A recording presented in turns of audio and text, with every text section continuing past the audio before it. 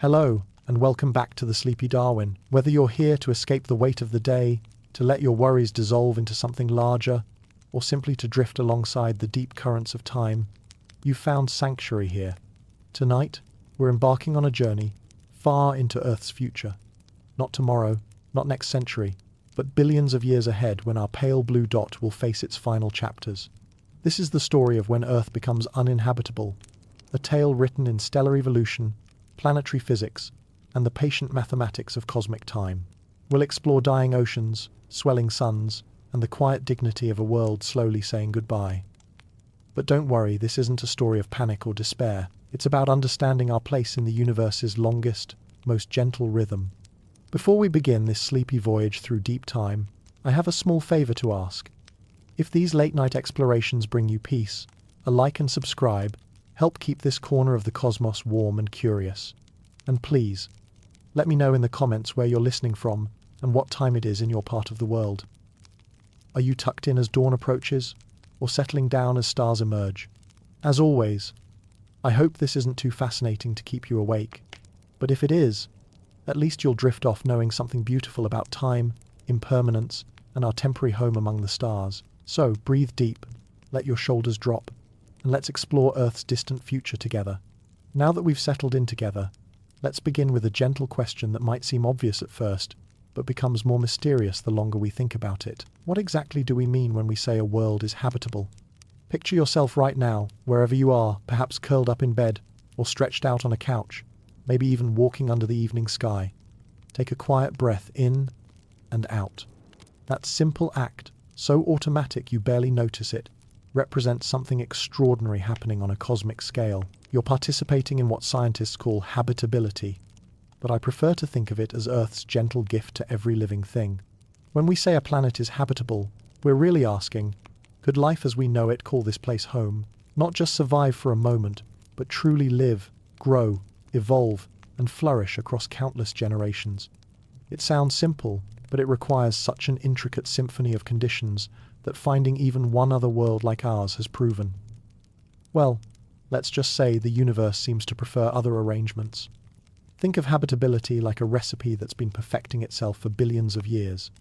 The main ingredient? Liquid water. Not ice, which locks away life's possibilities in crystalline stillness.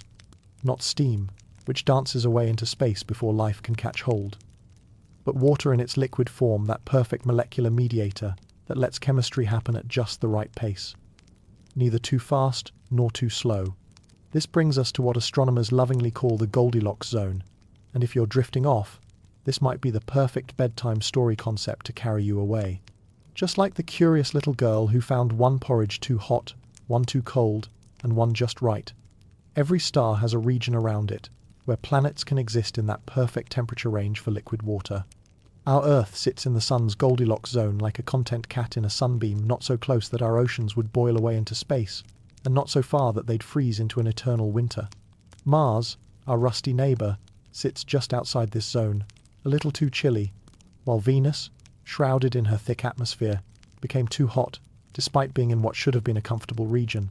The universe, it seems, is quite particular about getting things just right.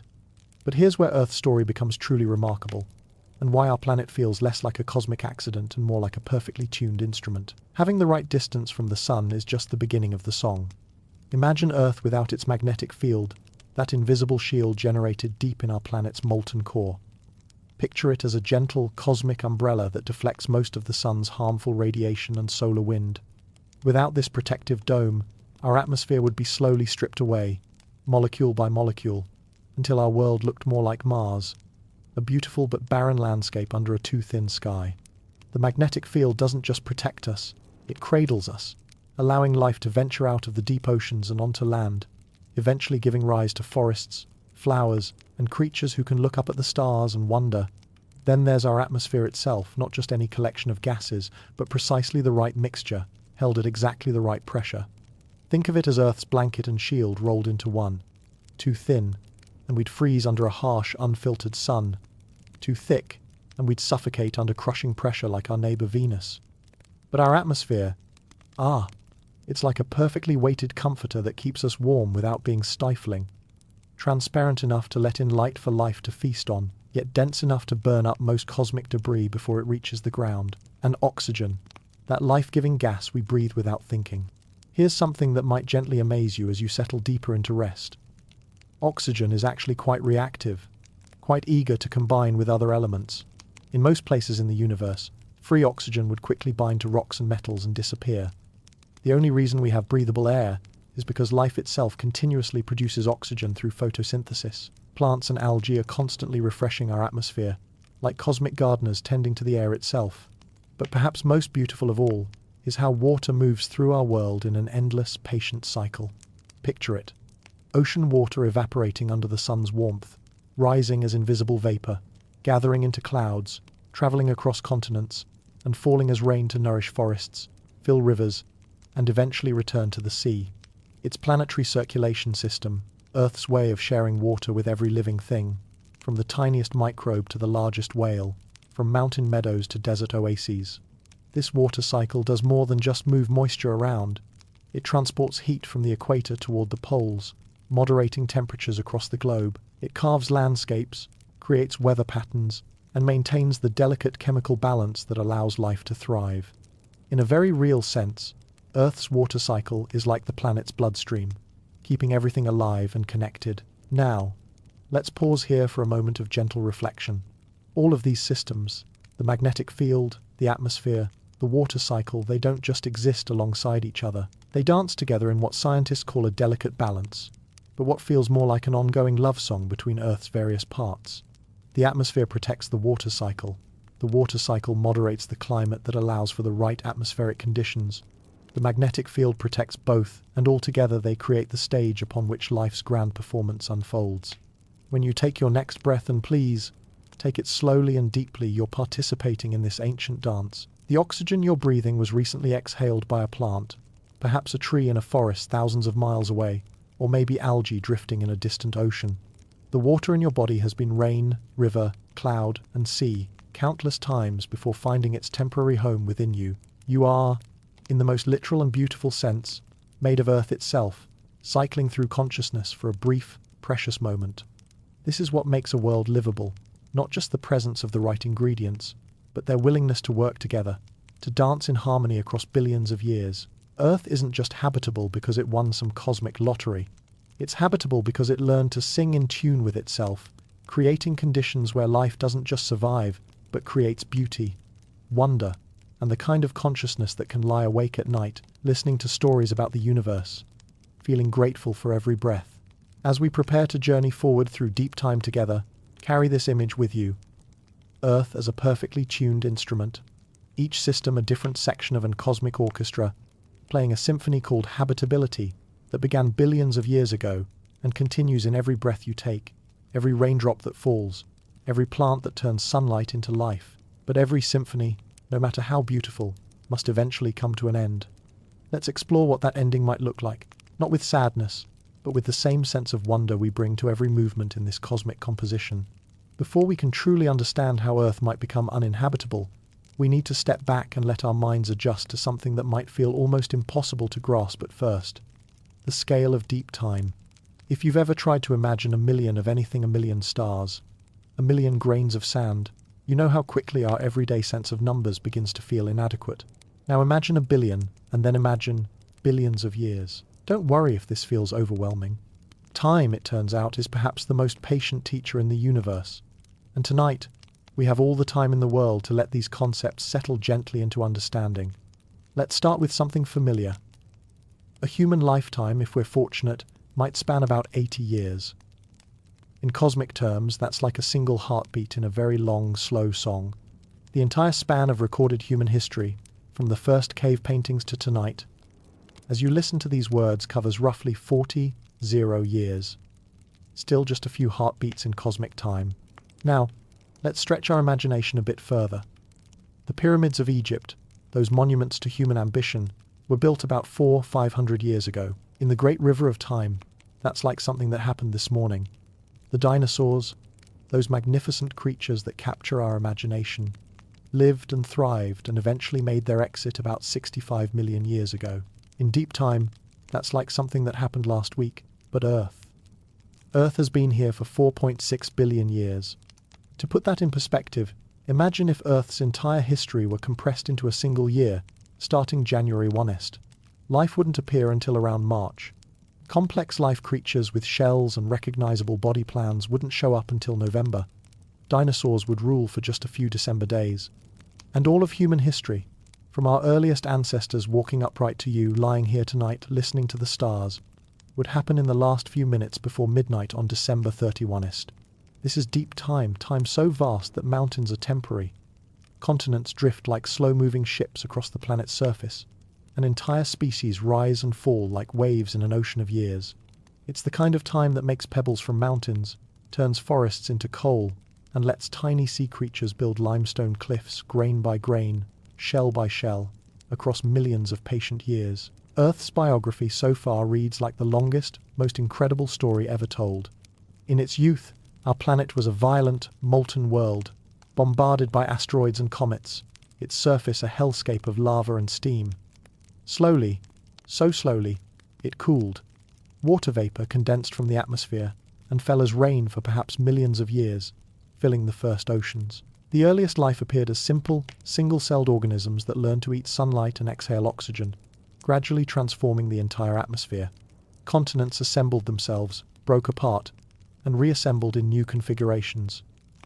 Ice ages came and went, like seasonal changes on an unimaginably slow calendar. Life experimented with countless forms, some succeeding for millions of years before making their quiet exit.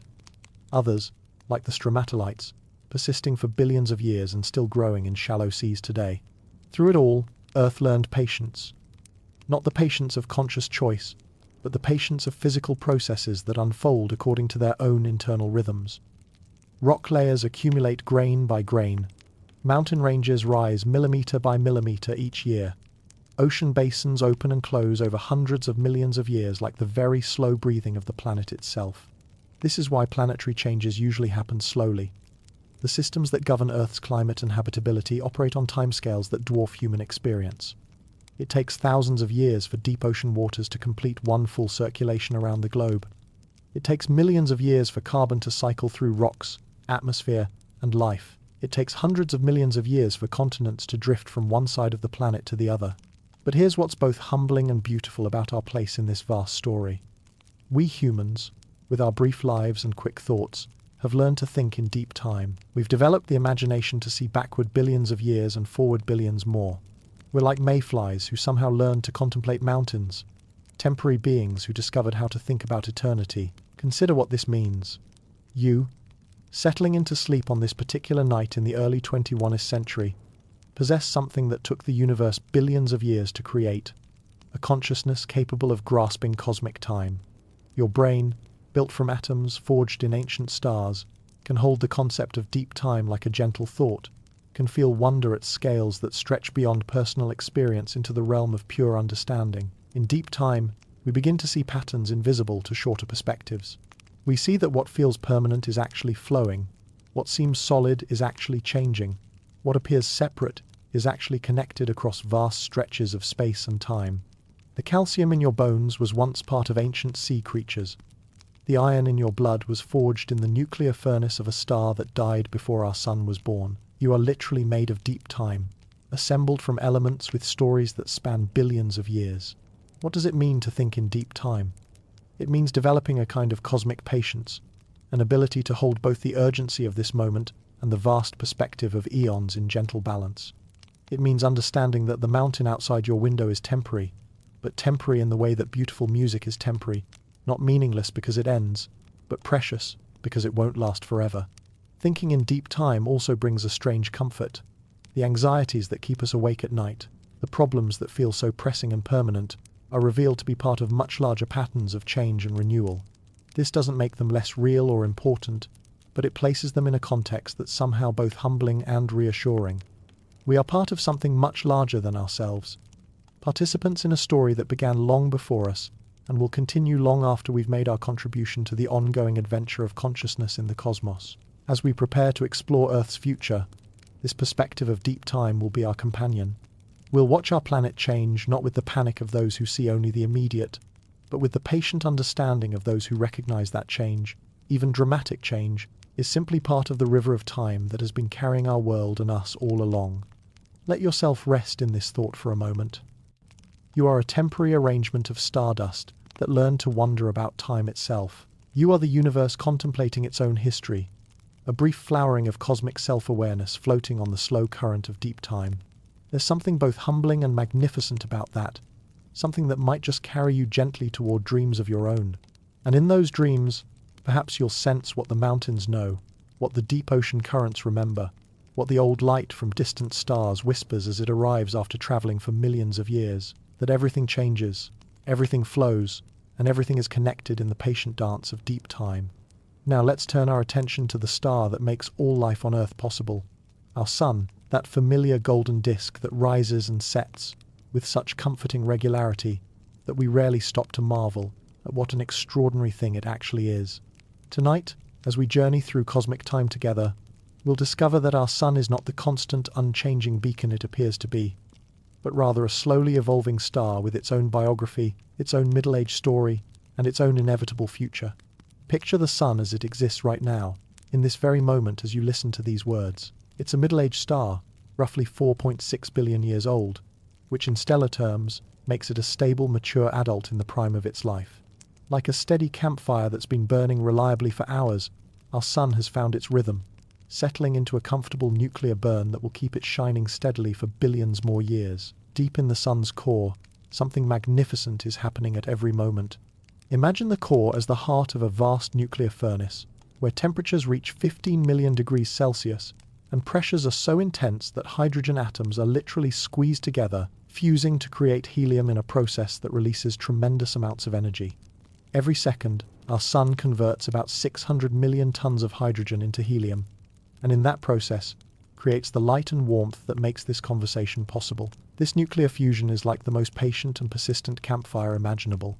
The energy created in the sun's core doesn't rush immediately to the surface. Instead, it begins a leisurely journey that takes hundreds of thousands of years to complete. Photons of light bounce around inside the sun like pinballs, slowly working their way outward, until finally, they break free from the sun's surface and race across space to warm your face on a sunny afternoon just 8.5 minutes later. But here's something both fascinating and slightly bittersweet that astronomers discovered. Our sun is slowly getting brighter. Not noticeably brighter in a human lifetime, or even in 1,000 human lifetimes, but gradually, patiently brighter across the vast timescales we've been learning to contemplate. Why does this happen? As the sun converts hydrogen to helium in its core, the core becomes slightly denser, slightly hotter, and the nuclear reactions happen a bit more efficiently. It's like a campfire that slowly burns hotter as the wood settles and creates better conditions for combustion. This brightening happens at a rate of about 1% every 100 million years, so slowly that it's invisible to us, but steady and inevitable as the passage of deep time itself. Now, you might wonder, if the sun is getting brighter, why hasn't Earth already become too hot for life?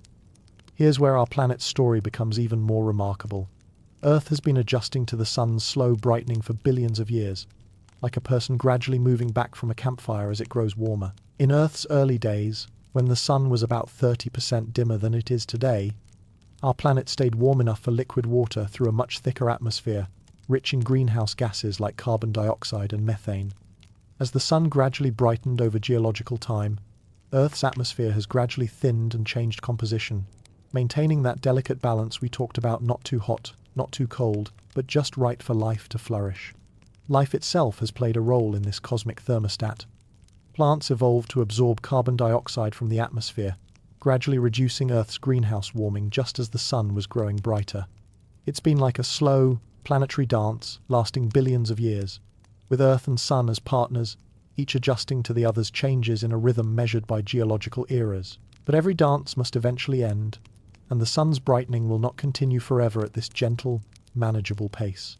Like any star, our sun is burning through its fuel, and as it ages, its behavior will become more dramatic. In about 5 billion years, the sun will begin to run out of hydrogen fuel in its core, and its steady middle-age burn will give way to the more dramatic phases of stellar old age. During its red giant phase, the sun will swell enormously, becoming hundreds of times larger than it is today, possibly engulfing the inner planets entirely. But we're getting ahead of ourselves. That's still billions of years away. And before then, Earth will face more subtle but equally decisive changes as the sun continues its gradual brightening. As you lie there tonight, perhaps you can sense something both humbling and beautiful about our relationship with our star. We are children of the sun in the most literal sense, not just because its energy powers the food chains that sustain us, but because the very atoms in our bodies were forged in the nuclear furnaces of ancient stars like our sun. The calcium in your bones, the iron in your blood, the oxygen you breathe, all of it was created in stellar cores and scattered across space when those stars died, eventually finding its way into planets, oceans, and ultimately into you.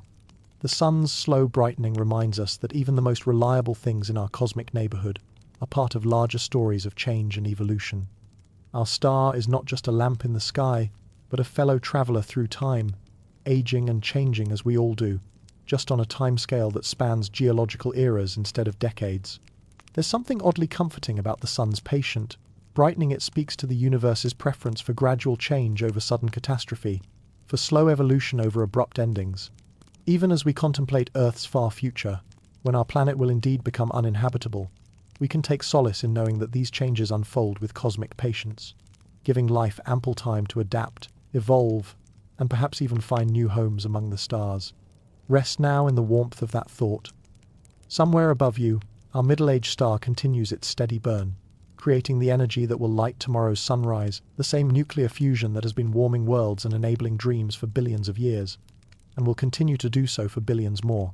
Now we begin our gentle journey into Earth's distant future, and our first stop takes us forward about 1 billion years from this very night. It's a span of time so vast that if you tried to count the seconds, you'd need to count for over 30 trillion years just to reach 1 billion years in seconds.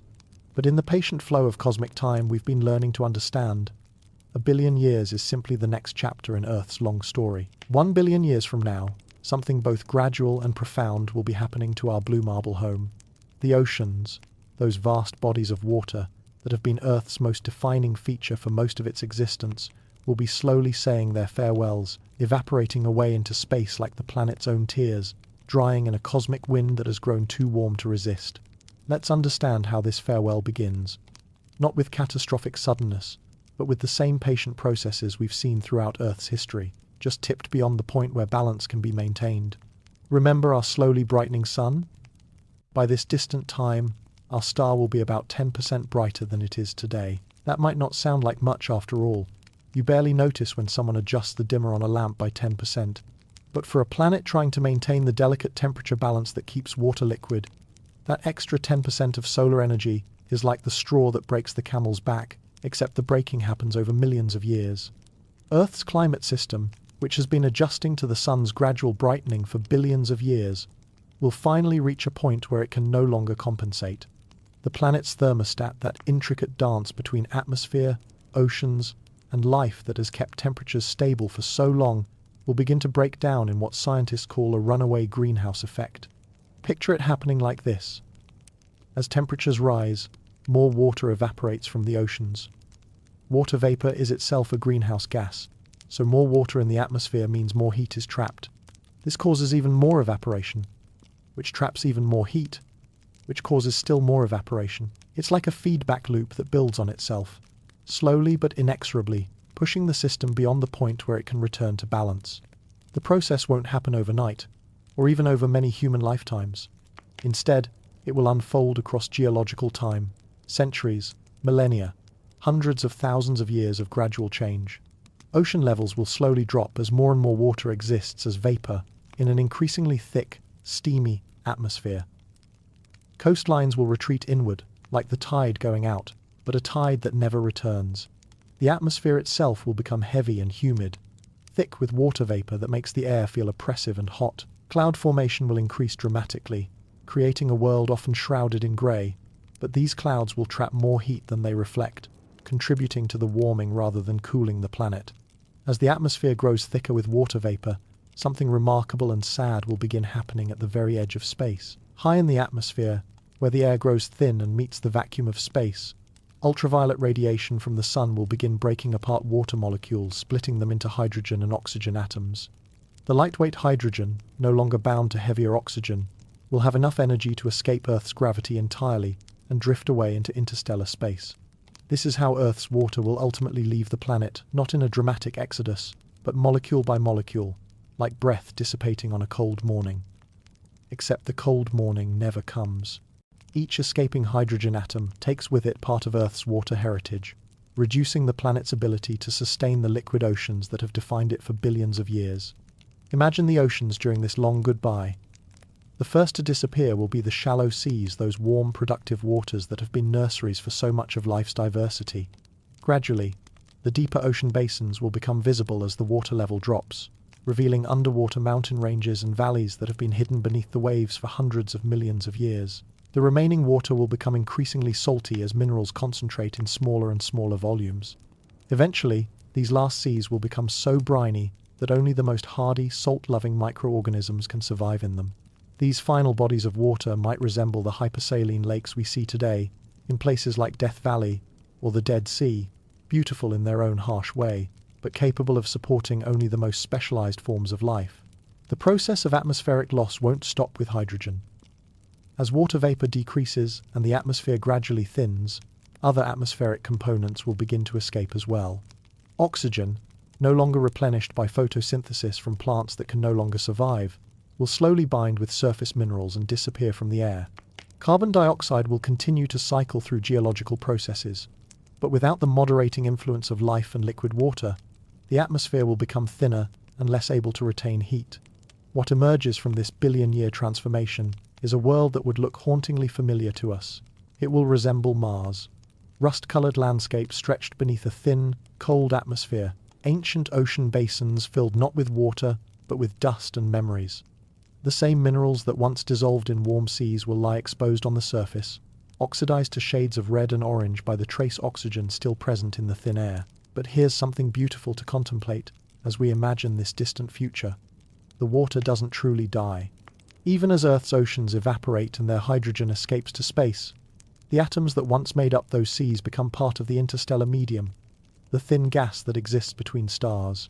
Someday, billions of years later, some of those very atoms might help form new worlds, new oceans, new opportunities for life to emerge and wonder about its place in the cosmos. Let's pause here for a moment of gentle reflection and imagine something both melancholy and oddly peaceful. Picture the last raindrop falling on Earth. Somewhere, in some future century a billion years from now, a final droplet of water condenses from the thinning atmosphere and falls to the increasingly dry surface. It lands perhaps on a stone that once lay at the bottom of an ancient sea, and as it soaks into the ground, it completes the last tiny act in an epic story of rain that began billions of years earlier. Or imagine the final tide.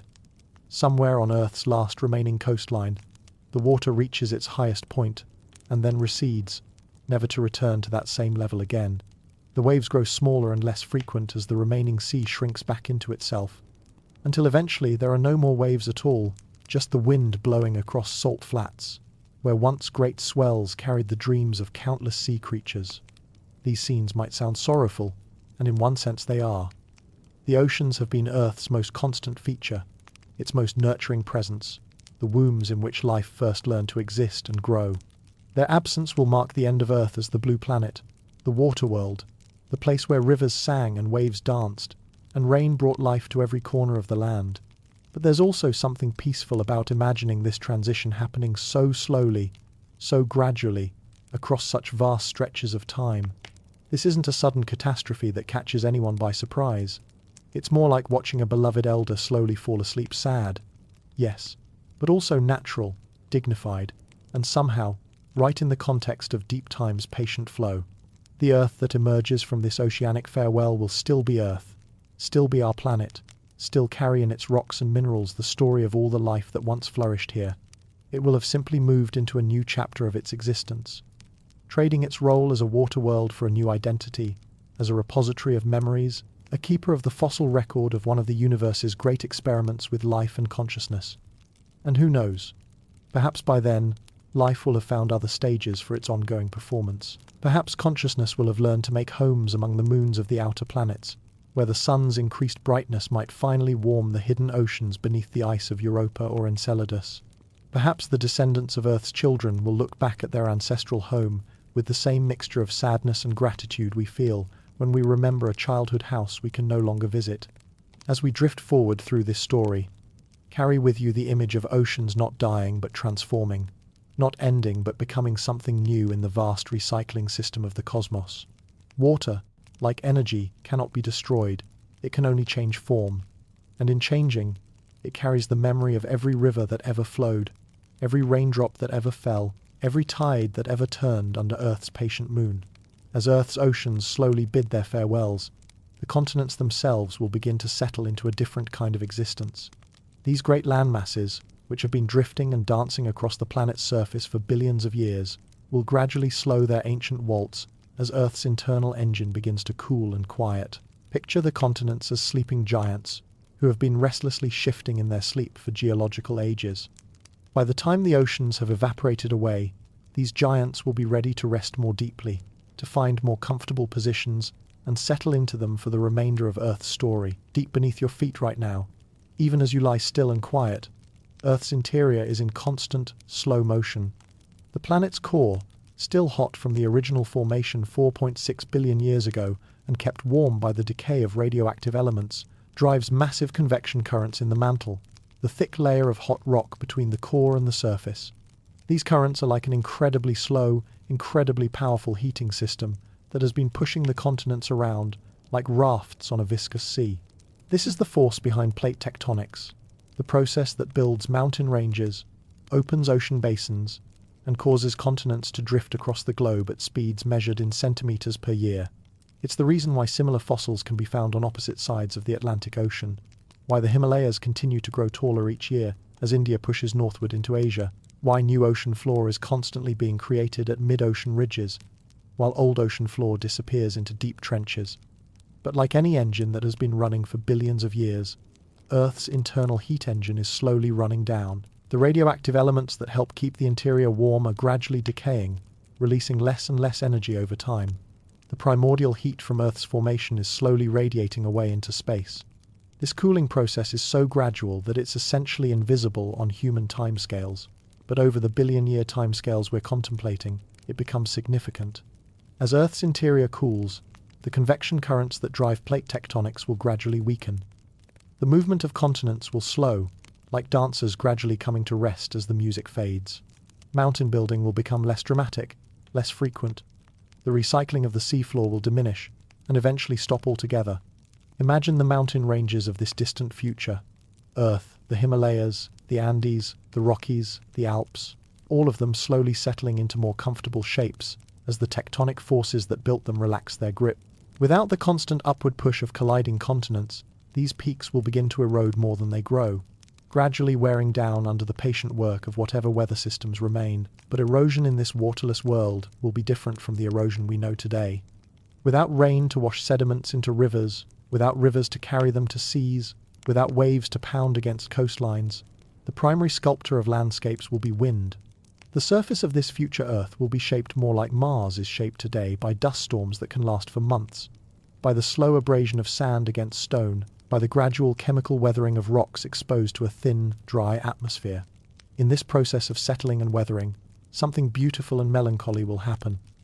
The continents will become libraries of Earth's deep history, without water to wash away the evidence, without active tectonics to bury and recycle the rocks. The geological record will lie more exposed than ever before. Think of the rocks as pages in Earth's diary, written in minerals and crystal structures, in the orientation of magnetic fields frozen into cooling lava, in the fossils embedded like pressed flowers between sheets of stone.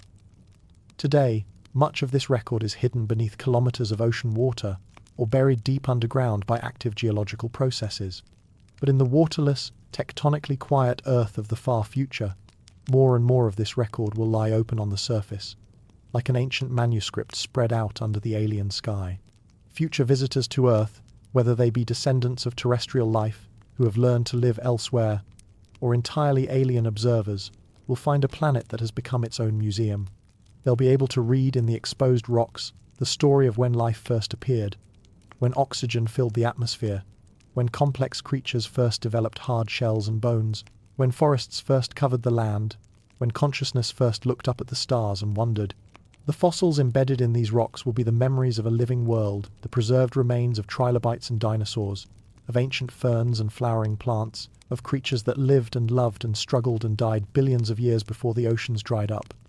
These fossils won't decay or wash away. Instead, they'll remain as permanent testament to the incredible diversity of life that once called Earth home. In some places, entire ecosystems will be preserved like snapshots frozen in stone. Paleontologists today sometimes find fossil beds where flash floods or volcanic ash preserved entire communities of organisms exactly as they were, living predators and prey, parents and offspring, the whole web of life captured in a single moment of geological time. The future Earth will be full of such moments, layer upon layer of them, telling the story of life's long experiment with consciousness and complexity. But it won't just be obvious fossils that tell this story. The chemical signatures of life will be preserved in rocks as well isotope ratios that reveal the presence of photosynthesis, mineral formations that could only have been created by living processes, even the molecular remains of organic compounds that once flowed through living cells. Here's something wonderful to contemplate. Nothing truly disappears in this transition. The atoms that make up your body right now, the carbon that forms your cellular structures, the calcium in your bones, the iron in your blood, will still be there on this future Earth.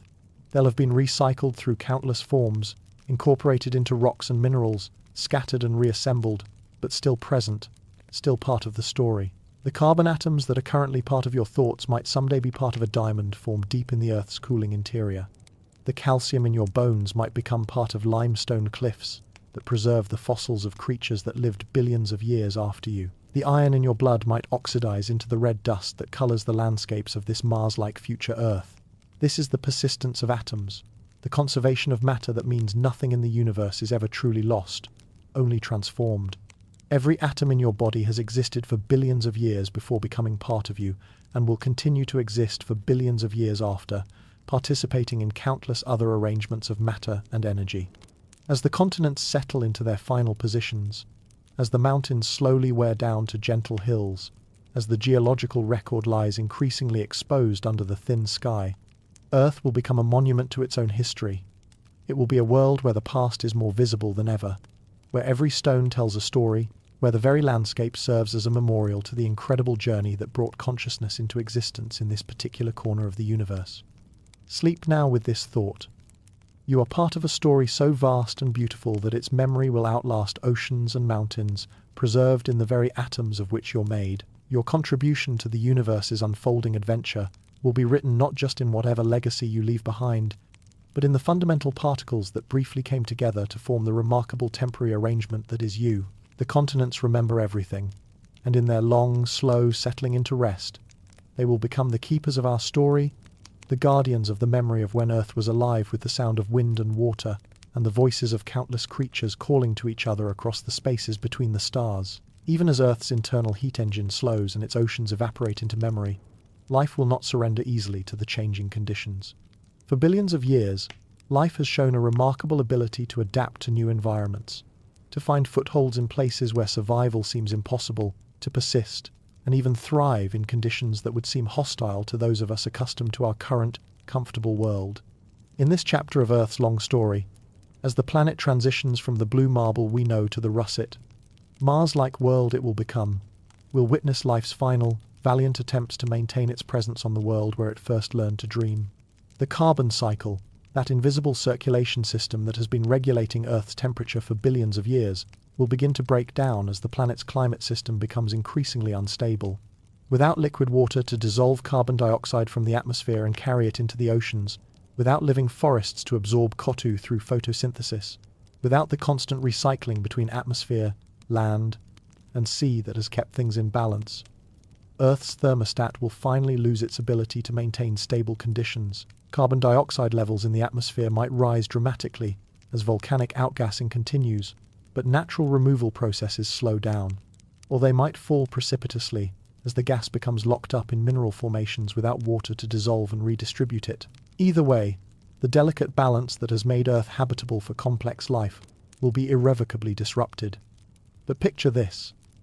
Even as the great forests of Earth face their final centuries, they will put on one last spectacular show. These final woodlands, concentrated perhaps in the planet's polar regions, where temperatures remain cool longest, or in deep valleys where morning mist might still occasionally form, will represent the last green refuges on an increasingly brown and orange world. These final forests might be unlike any that have existed before. The trees and plants that survive into this era will be the ultimate survivors. Species that have evolved incredible adaptations to drought, extreme temperatures, and atmospheric conditions, unlike anything in Earth's previous history.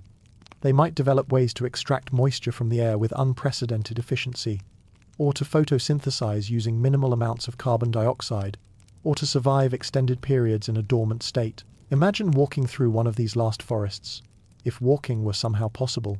The trees might look strange to our eyes, perhaps with silver leaves that reflect most of the sun's intense heat, or with enormous root systems that extend down hundreds of meters to find the last traces of groundwater. The understory might be sparse, populated only by the most drought-tolerant plants, species that have learned to survive on dew and fog and whatever moisture they can extract from the increasingly thin air. But even these magnificent final forests will eventually succumb to the changing conditions. One by one, species will reach their limits, unable to adapt quickly enough to keep pace with the accelerating environmental changes. The last great trees will stand like monuments for perhaps thousands of years after their deaths, their dried wood preserved in the arid climate, becoming fossilized testimonies to life's persistence. As surface conditions become increasingly hostile, life will begin a gradual retreat underground. This won't be a panicked flight, but rather a slow, strategic withdrawal to the places where conditions remain most stable. Deep caves, natural caverns, and the spaces between rocks will become the final refuges for Earth's living citizens. Underground ecosystems actually exist today and thrive in environments that seem impossibly hostile to surface life. Deep beneath our feet, sometimes kilometers down, communities of bacteria and other microorganisms survive in conditions of extreme heat, pressure, and chemical composition. They derive energy not from sunlight, but from chemical reactions with rocks and minerals. These creatures represent what might be a preview of life's final chapter on Earth. As surface life retreats underground, these deep ecosystems will expand and diversify. Caves that are dry and barren today might become lush with microbial life, as conditions on the surface become too harsh for anything to survive above ground. These underground communities will develop their own complex food webs, their own methods of energy production, their own ways of recycling nutrients in closed systems, isolated from the increasingly hostile surface world. Picture vast networks of caves and underground chambers, connected by passages through which microscopic life flows like an invisible river. In this hidden world beneath the surface, communities of extremophiles, literally extreme-loving organisms, will continue the long conversation of evolution that began billions of years earlier in Earth's early oceans. These creatures are already among us today, and they're absolutely remarkable. Some can survive in temperatures that would instantly kill any complex organism. Others thrive in solutions so acidic they would dissolve metal, or in conditions so salty that water itself becomes viscous. Still others can survive levels of radiation that would be lethal to humans, or can go without food or water for decades, entering a state of suspended animation and then reviving when conditions improve. These extremophiles will be Earth's final citizens, its last conscious inhabitants, though their consciousness differs vastly from ours. They don't contemplate the stars or write poetry or wonder about their place in the universe, but they do respond to their environment, make decisions about where to move and how to survive, and in their own way, they dream the chemical dreams of life, persisting against all odds. In these deep refuges, life will continue for millions, perhaps even billions of years after the surface has become uninhabitable. Gradually, even these underground sanctuaries will face their challenges as Earth's interior continues to cool and the chemical energy sources that sustain deep life become less abundant. But the retreat will be slow, measured not in human lifetimes but in geological epochs. Eventually, the last communities of extremophiles will find themselves in deeper and deeper refuges, following the retreating sources of chemical energy toward Earth's core. These final organisms might survive in conditions that would seem utterly alien to us in droplets of liquid water, heated by radioactive decay, in chemical reactions between minerals that happen at the molecular level, in spaces so small and conditions so extreme that life as we know it would seem impossible. But here's something beautiful to consider. Even as Earth's last living citizens make their stand in these deep, hidden places, They will still be part of the same unbroken chain of life that began in ancient oceans billions of years earlier. The extremophile bacteria living in a deep cave a billion years from now will be descended from the same ancestral organisms that gave rise to every tree, every bird, every human being who has ever lived. They will carry within their simple cells the entire memory of life on Earth. Not consciously, of course, but encoded in their DNA, in their cellular structures, in the fundamental biochemical processes that connect them to every living thing that came before. In a very real sense, these humble microorganisms will be the last flickering embers of Earth's great fire of consciousness, carrying forward the spark of life long after the flames of complex biology have died down. Think of life during this era not as diminished or defeated, but as concentrated, refined, distilled down to its most essential elements. Like a glowing coal that outlasts the fire, these organisms will represent life's purest expression of its fundamental drive to persist, to adapt, to find a way to continue the ancient conversation between order and chaos that began when the first molecules learned to make copies of themselves. And in their persistence, in their refusal to surrender even in the face of a cooling planet and a brightening sun, they will embody something heroic about life itself, its stubborn refusal to be extinguished, its remarkable ability to find hope and opportunity, even in the most unlikely places, its determination to keep the story going as long as physics will allow. Rest now in the knowledge that life, once it takes hold in the universe, does not give up easily. Even a billion years from now, on a world we would barely recognize as Earth, the conversation that began in ancient seas will still be continuing in whispered chemical exchanges deep beneath the surface, a quiet testimony to the incredible tenacity of the cosmic experiment we call consciousness. Now we drift forward through deep time once more, from 1 billion years in the future to 5 billion years, hence a span so vast that entire mountain ranges will have risen and fallen multiple times. Continents will have completed their slow dance around the globe dozens of times over, and the thin atmosphere of the waterless Earth we just imagined will have had eons to settle into new configurations we can barely envision. 5 billion years from now, something magnificent and dramatic will happen to our aging sun. Something that will transform not just our star, but the entire character of our solar system. The sun, which has been burning steadily in its middle age for nearly 10 billion years by this point, will finally begin to show signs of its advanced stellar years. Picture an aging giant who has been sitting comfortably by a fire for most of his long life, maintaining a steady, reliable warmth for all the family members gathered around him. Now imagine that this giant, running low on the fuel that has kept him burning so steadily, begins to stretch his arms outward, reaching farther and farther from his center as his internal fires change their character entirely. This is what astronomers call the red giant phase, and it represents one of the most dramatic transformations a star like our sun can undergo. Deep in the sun's core, after billions of years of steadily converting hydrogen into helium, the hydrogen fuel will finally begin to run low. But rather than simply dimming and cooling down, the sun will respond to this crisis in a way that might seem counterintuitive. It will actually become much, much larger. Here's what will happen, unfolding over the course of millions of years. As the hydrogen in the core becomes depleted, nuclear fusion in the center will slow down and eventually stop. Without the outward pressure of fusion to balance the inward pull of gravity, the core will begin to contract and heat up. This contraction will cause hydrogen in a shell around the core to begin fusing at an accelerated rate, producing even more energy than the sun generates today. This surge of energy will cause the sun's outer layers to expand dramatically. The sun will grow from its current diameter about 109 times that of Earth to perhaps 200 times Earth's diameter, possibly even larger. If you could somehow observe this transformation from a safe distance, you would watch our familiar, compact yellow sun slowly swell into a vast, cooler, reddish giant that dominates the sky like a cosmic balloon inflating in slow motion. From Earth's perspective, assuming our planet somehow survives, what's coming the sun will no longer be a disk in the sky, but rather a looming presence that fills a significant portion of the heavens. The sun's surface will be much cooler than it is today, giving it that characteristic red color that gives this phase its name. But its sheer size will mean that Earth receives far more energy than ever before. But let's pause for a moment and consider what Earth will be like when this transformation begins. Remember, by this time, our planet will have been a dry, Mars-like world for billions of years.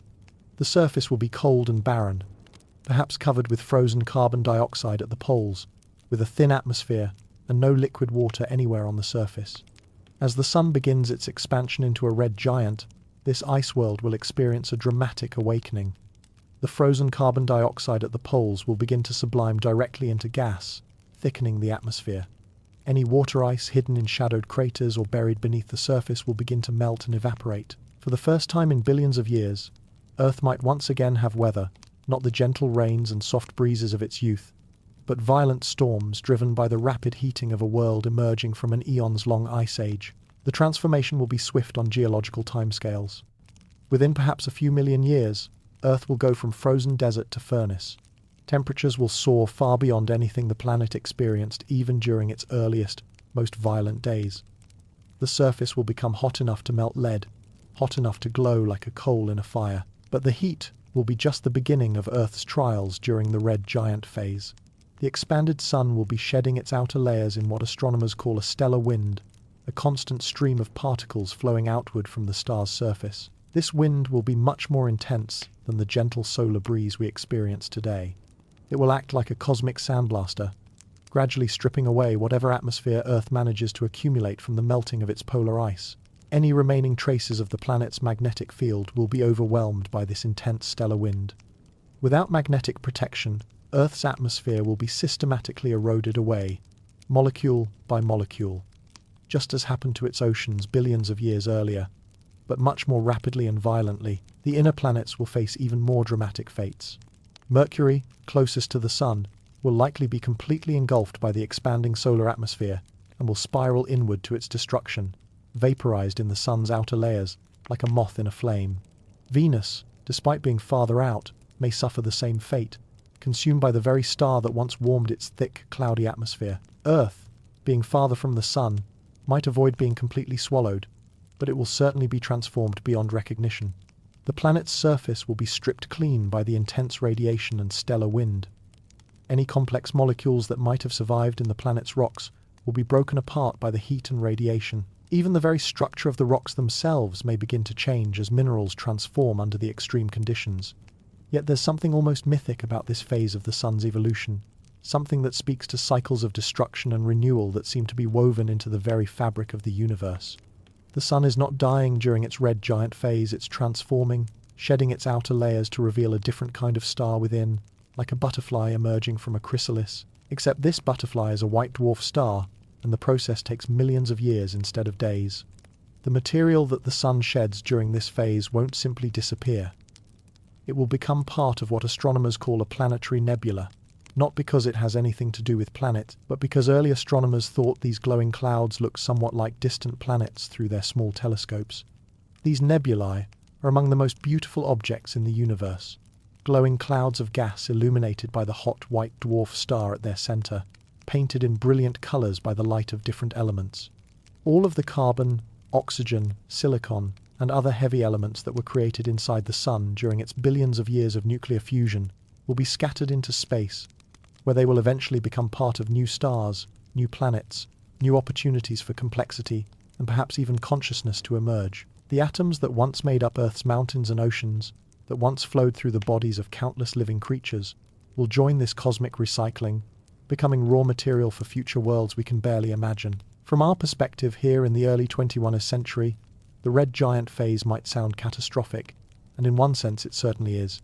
But viewed from the longer perspective of cosmic evolution, it's simply another phase in the universe's ongoing project of creating complexity, beauty, and wonder. The sun's red giant phase will last for about 1 billion years, long enough for entire new forms of matter and energy to organize themselves, long enough for the scattered atoms of our solar system to find new homes and new purposes, long enough for the universe to continue its patient work of creating conditions where consciousness might once again emerge and look up at the stars with wonder. As you settle deeper into rest tonight, let yourself feel not alarm at this distant transformation, but a kind of cosmic peace.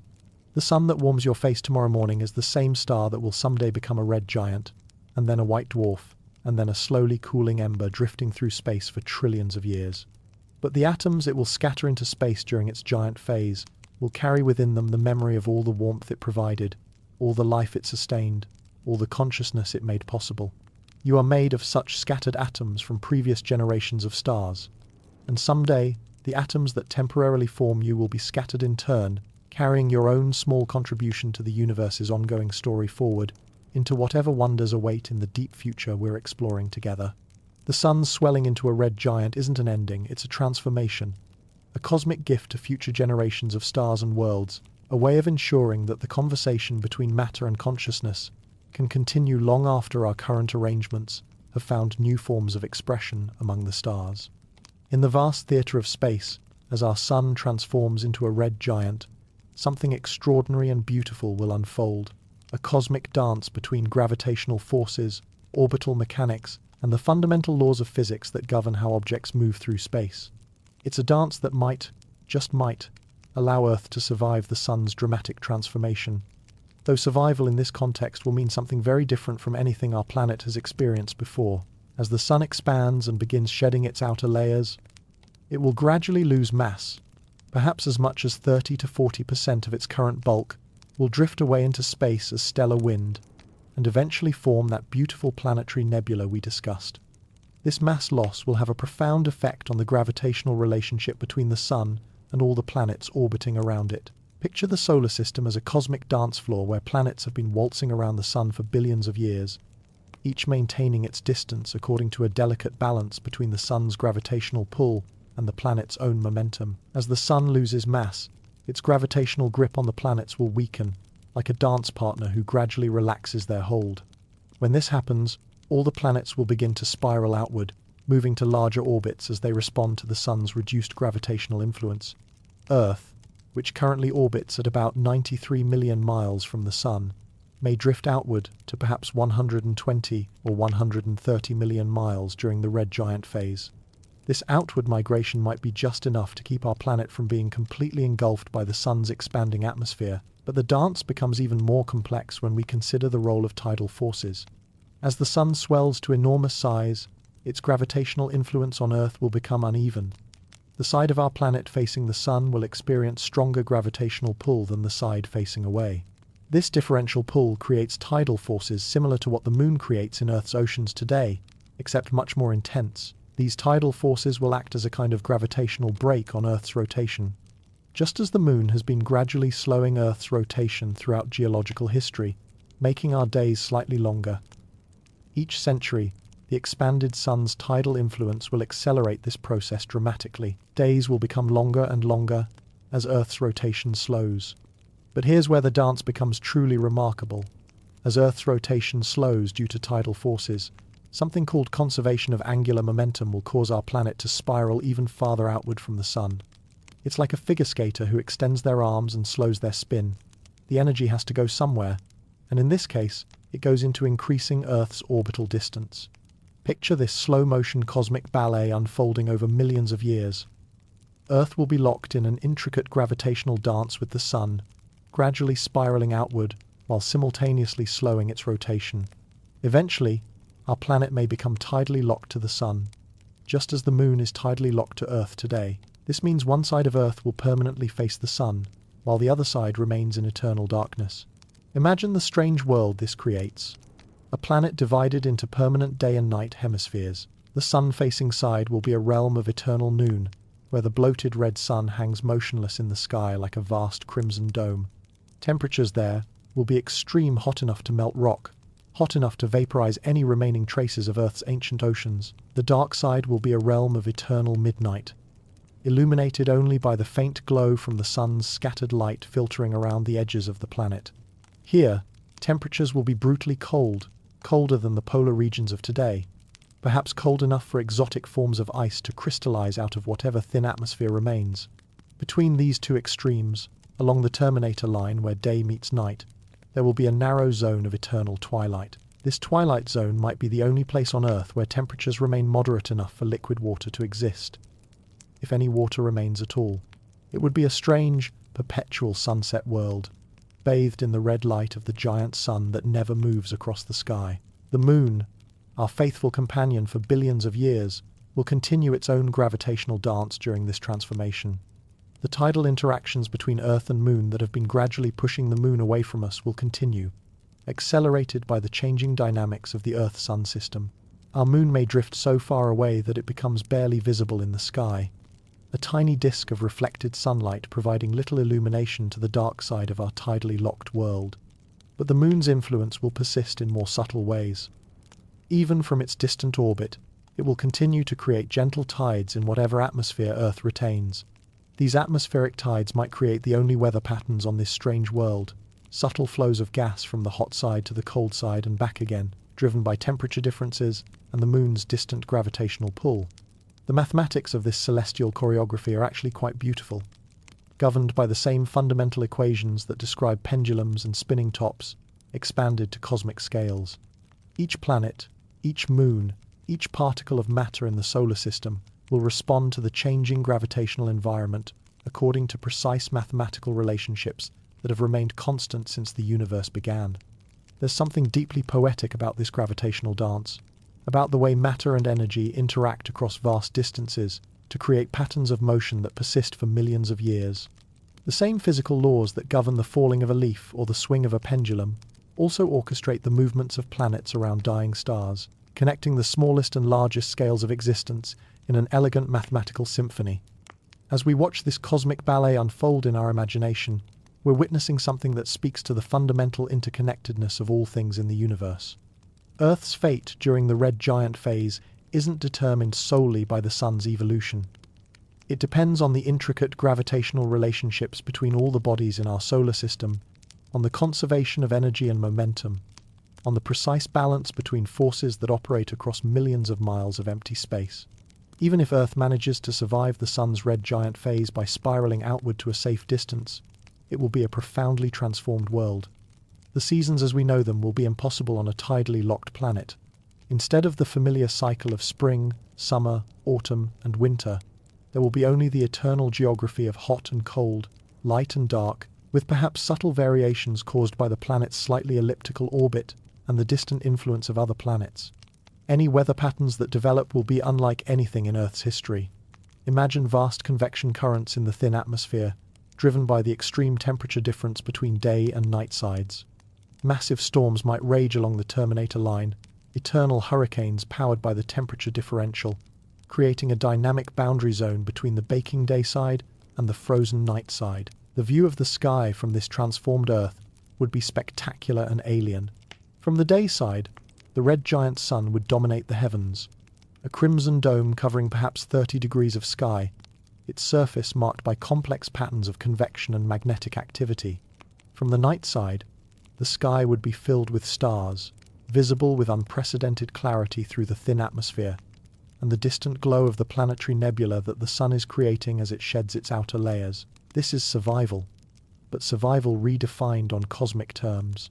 Earth may persist as a physical object, may continue to orbit the dying sun, may retain enough atmosphere to have weather and enough geological activity to slowly recycle its surface materials.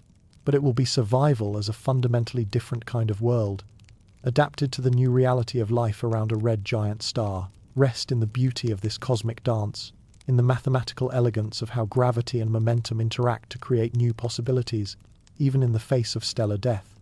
The universe has a way of creating new forms of order and beauty, even as old forms pass away.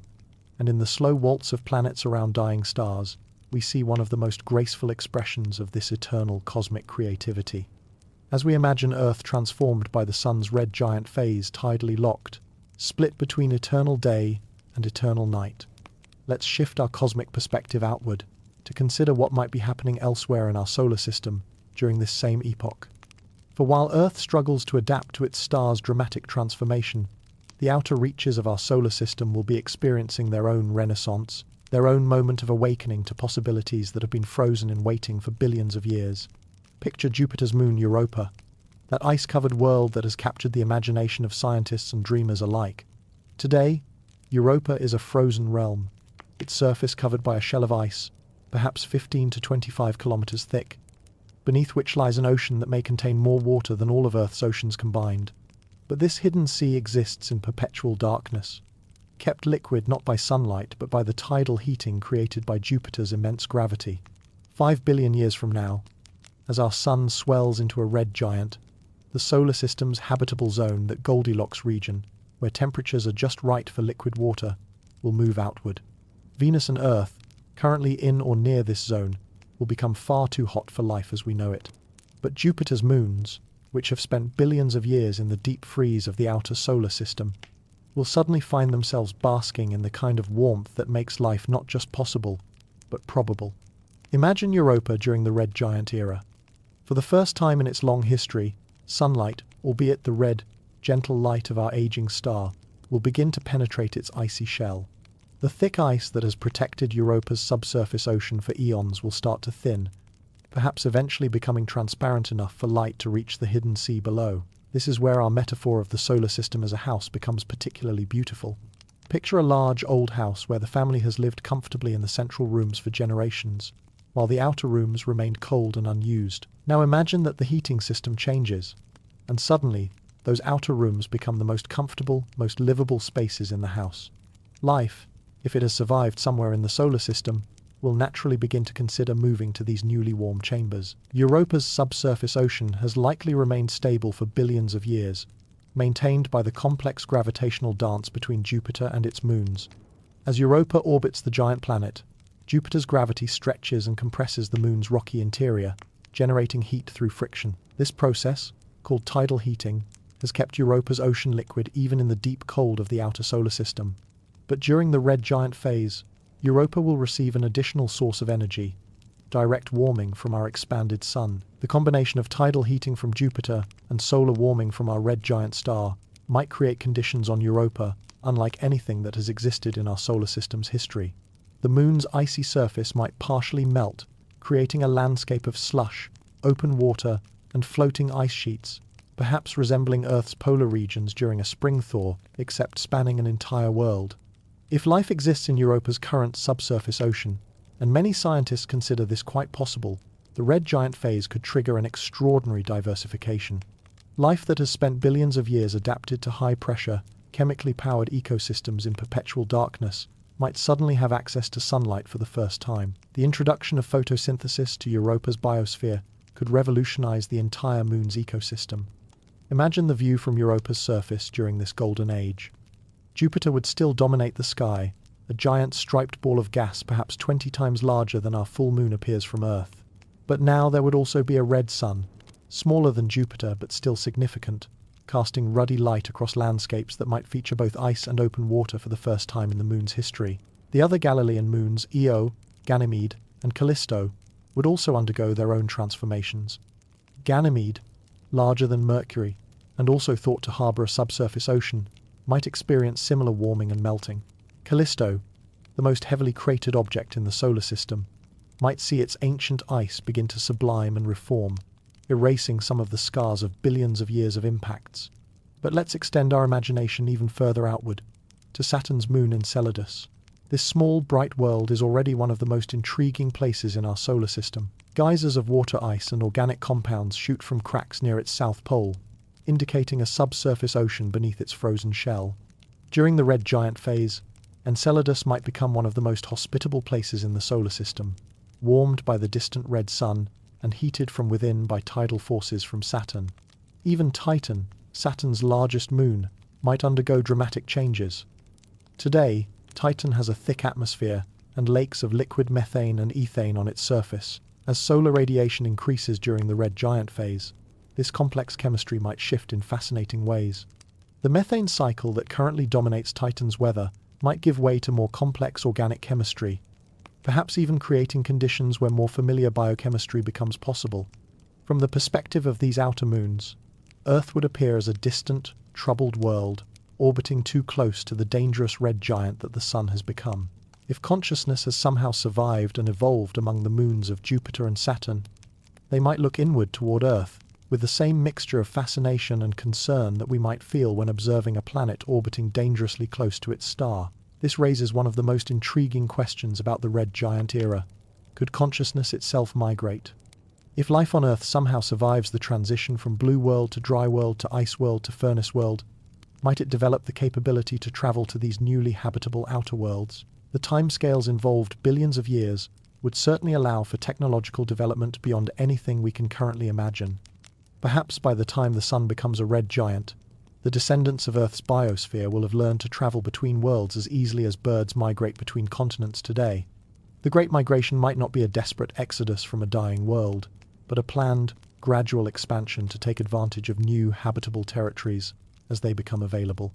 Imagine consciousness, whether biological, artificial, or some hybrid, we can't yet conceive, spreading throughout the outer solar system during the red giant era. Communities might develop on Europa, Enceladus, Ganymede, and Titan, each adapted to the unique conditions of their world, but all connected by their common origin on the third planet from the Sun, billions of years and countless generations earlier. From these outer worlds, the red giant sun might be seen not as a threat, but as a gift. The cosmic force that finally brought warmth and energy to regions of the solar system that had been waiting in cold darkness since the planets first formed. The same stellar evolution that makes Earth uninhabitable creates new possibilities for habitability in places that were previously too cold for complex chemistry to flourish. There's something deeply hopeful about this vision of the solar system during the red giant era. Even as our sun's evolution brings the story of Earth as a living world to an end, it simultaneously opens new chapters for life and consciousness elsewhere in our cosmic neighborhood. The house of our solar system doesn't become uninhabitable, the heated rooms just shift to different locations. As you drift towards sleep tonight, let this image carry you gently forward, not the end of the story, but its migration to new settings. Consciousness arising in the warm seas beneath Europa's ice, looking up through crystal clear water at Jupiter's great red spot. Communities of thinking beings on Titan, watching Saturn's rings arch across a methane sky warmed for the first time by genuine sunlight. The descendants of Earth life, billions of years hence, making new homes among the moons, carrying forward the conversation between mind and cosmos that began in Earth's ancient oceans. The sun's red giant phase isn't an ending, it's a relocation, a cosmic version of a family moving to a larger house, where there's room for new kinds of growth and new forms of beauty to flourish in chambers that were previously too cold to inhabit. After the drama and spectacle of the red giant years have passed, after the sun has shed its outer layers in brilliant clouds of glowing gas, after the planetary nebula has expanded and faded into the cosmic background, something small and incredibly dense will remain where our familiar yellow sun once burned. This stellar remnant, called a white dwarf, will be about the size of Earth, but containing roughly 60% of the sun's original mass matter, so compressed that a teaspoon of it would weigh as much as an elephant. Picture this final form of our sun as a cosmic ember, glowing white-hot from the residual heat of billions of years of nuclear fusion, but no longer generating new energy. It's like the last glowing coal in a campfire that burned all night, still radiantly hot, but now beginning the slow, patient process of cooling down that will take longer than the current age of the universe to complete. This white dwarf sun will be a strange and beautiful object. Its surface temperature will initially be around 100 degrees Celsius, far hotter than our current sun's surface. But because it's so much smaller, Earth will receive only a fraction of the energy it once did. The white dwarf will shine with intense, pure white light, but this light will be insufficient to warm our planet beyond the deep cold of interstellar space. Earth, having survived the red giant phase through some combination of orbital mechanics and cosmic fortune, will now enter perhaps the longest chapter of its existence.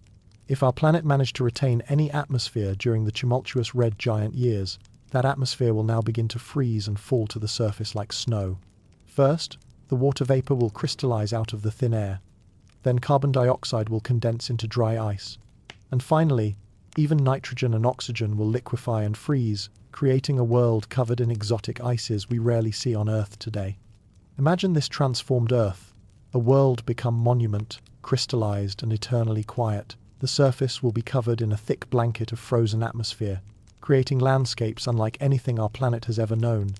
There might be dunes of frozen nitrogen, sculpted by the last winds before the atmosphere became too thin to move. There could be valleys filled with solid carbon dioxide, and mountain peaks crowned with water ice as hard as granite.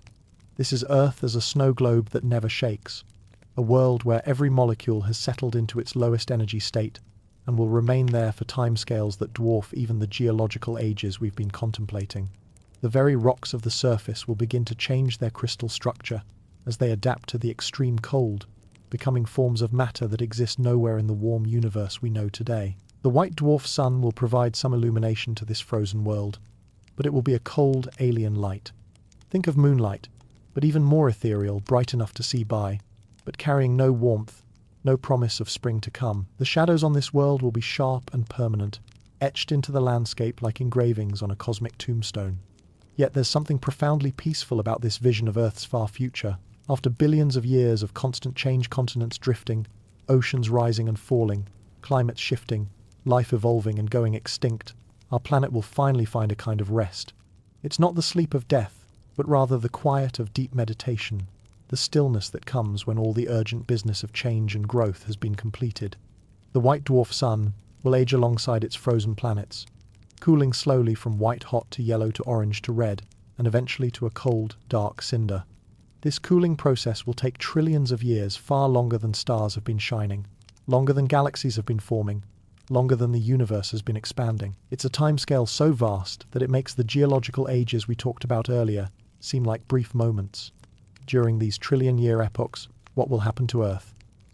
In the profound cold of this new environment, chemical processes will slow to an almost complete stop. The kind of chemistry that makes life possible requires energy to break and form molecular bonds, and in the deep freeze around a cooling white dwarf, there will be almost no energy available for such processes. But matter itself will not simply cease to exist. The atoms that make up Earth, the carbon that once flowed through living cells, the oxygen that once filled lungs, the iron that once carried blood through veins, will all still be there, arranged now in new crystalline patterns dictated by the extreme cold. These atoms will wait with the patience of stones, unchanged and unchanging, carrying within their nuclear structures the entire history of their journey through the cosmos. In this frozen world, time will take on a different quality. Without weather, without erosion, without the constant recycling of materials that characterizes living planets, Earth will become a kind of geological museum where nothing changes, nothing moves, nothing grows or dies. It will be a world where a footprint, if somehow made, would last for billions of years, where the arrangement of dust on a rock face would remain unaltered for geological ages.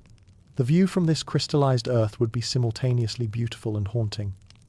The white dwarf sun would hang in the sky like a brilliant star, much smaller than the sun we know, but incredibly bright per unit area.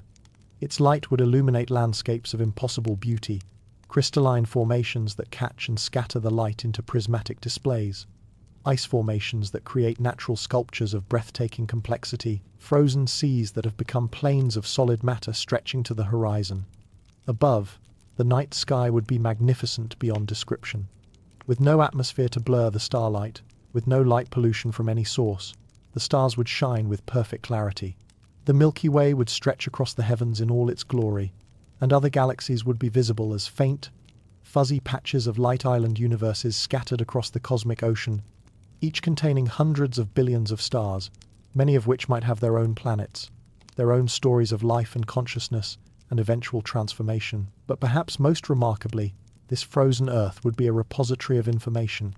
Every crater, every geological formation, every fossilized remnant of the planet's living past would be perfectly preserved in the cosmic deep freeze. Future visitors to this world, whether they be the descendants of Earth's original children who somehow survived in other parts of the galaxy, or entirely alien explorers from distant worlds, would find a complete library of Earth's history written in stone and ice. They would be able to read in the rocks the story of when the first oceans formed, when life began, when oxygen first filled the atmosphere, when complex organisms evolved, when consciousness first looked up at the stars and wondered. They would find the fossilized remains of creatures that lived when Earth was young and warm, the preserved traces of forests that grew when the sun was still burning hydrogen in its core, the chemical signatures of civilizations that rose and fell during the long ages when Earth was still a living world. This is the persistence of matter that we spoke of earlier, but now made manifest in the most profound way. Every atom that ever participated in the grand experiment of life on Earth will still be there, frozen in place, waiting with infinite patience for whatever comes next in the universe's long story. In the deep cold around the white dwarf, quantum mechanical effects that are normally invisible at warmer temperatures might become apparent. The motion of atoms and molecules will slow to near absolute stillness, approaching the quantum ground state where matter behaves according to the strange and beautiful laws of quantum mechanics, rather than the familiar physics of everyday experience. There might be regions where the frozen atmosphere forms perfect crystals, with properties we can barely imagine, materials that are superconductors at near absolute zero, quantum fluids that flow without friction, crystalline structures that exist in quantum superposition states. Earth might become not just a monument to its own past, but a natural laboratory where the most fundamental properties of matter and energy play out on a planetary scale. The white dwarf itself will continue its own slow evolution during this time. As it cools, its outer layers will gradually crystallize, turning the stellar remnant into a gigantic crystal of carbon and oxygen, essentially a diamond the size of a planet, surrounded by a thin atmosphere of hydrogen and helium, left over from its red giant phase. Eventually, after many trillions of years, the white dwarf will cool enough that its surface temperature drops below the freezing point of water. By then, Earth will have been a frozen world for so long that the very concept of liquid water will seem like something from a dream, a half-remembered story from a time so ancient that it belongs more to myth than to history. But even in this ultimate winter, there will be beauty. The universe has a way of creating wonder even in its most extreme conditions. The interplay between the white dwarf's fading light and Earth's crystalline surface might create optical effects of stunning complexity. Light shows that play out over geological time, aurora-like phenomena caused by the interaction of the dwarf's weak magnetic field with the traces of particles still drifting through space. As you rest tonight, let yourself feel the profound peace of this vision. Earth as a snow globe that never shakes, a world that has found its final rest after billions of years of constant change and transformation. It's not a sad ending, but rather a kind of cosmic meditation, a state of being that transcends the urgent needs of life and growth and becomes something else entirely, a monument to the possibility that matter can organize itself into forms complex enough to contemplate the universe, even if only briefly in cosmic terms. In this deep cold, in this profound stillness, Earth will wait with the patience of mountains, carrying within its frozen structure the memory of every sunrise, every raindrop, every heartbeat, every dream that ever existed on its surface. And in that waiting, there is something both humbling and beautiful, the knowledge that nothing is truly lost, that every moment of consciousness that ever existed has left its mark in the fundamental structure of reality itself. Sleep now, with the peace of this ultimate stillness, this cosmic rest that awaits at the end of all motion, all change, all the urgent business of being alive in a universe that is always transforming itself into something new. While Earth rests in its crystalline sleep around the cooling white dwarf, the broader universe continues its own patient dance of change and possibility. Our solar system, that stable family of planets that has maintained its configuration for billions of years, will not remain isolated forever in the vast spaces between stars. Over the immense timescales we're now contemplating, other stars will pass close enough to our little corner of the galaxy to fundamentally alter the gravitational relationships that have held our worlds in their familiar orbits since the solar system was young. Picture our solar system as a ship sailing through the galaxy, following the Sun's orbit around the Milky Way's center. This orbit takes about 225 million years to complete what astronomers call a galactic year. In the time since complex life appeared on Earth, our solar system has completed only about 20 of these great circles around the galaxy. But in the trillions of years we're now imagining, there will be thousands, millions of such orbits, each one carrying us through slightly different regions of our galactic neighborhood. During these vast journeys around the galaxy, our solar system will occasionally encounter other stars, not head-on collisions, which are virtually impossible in the vastness of space, but close passages that can have profound gravitational effects on planetary orbits. These stellar encounters happen rarely on human timescales, but inevitably over cosmic ones. Imagine a red dwarf star, one of those small, long-lived stars that make up the majority of the galaxy's stellar population, slowly approaching our solar system over the course of millions of years. At first, its gravitational influence would be negligible, barely detectable even by the most sensitive instruments, but as it draws closer, eventually coming perhaps within a light year or two of our Sun, its gravity would begin to perturb the orbits of the outer planets. The dance of gravitational forces during such an encounter would be incredibly complex and beautiful. Each planet would respond differently depending on its mass, its distance from both stars, and the precise timing of the encounter. Some planets might be pulled into more elliptical orbits, their paths around the Sun becoming stretched into long ovals that carry them much closer to the white dwarf at some times, and much farther away at others. In the most dramatic scenarios, a passing star could provide enough gravitational perturbation to completely eject a planet from our solar system. Earth, having survived the Sun's red giant phase and settled into its new frozen existence, might find itself torn away from the gravitational embrace of its parent star and cast adrift in the void between stars. This might sound catastrophic, but remember the timescales we're dealing with. Such an ejection would happen gradually over thousands or tens of thousands of years, slowly enough that if consciousness somehow still existed in our solar system, it would have time to observe and understand what was happening, perhaps even to prepare for it.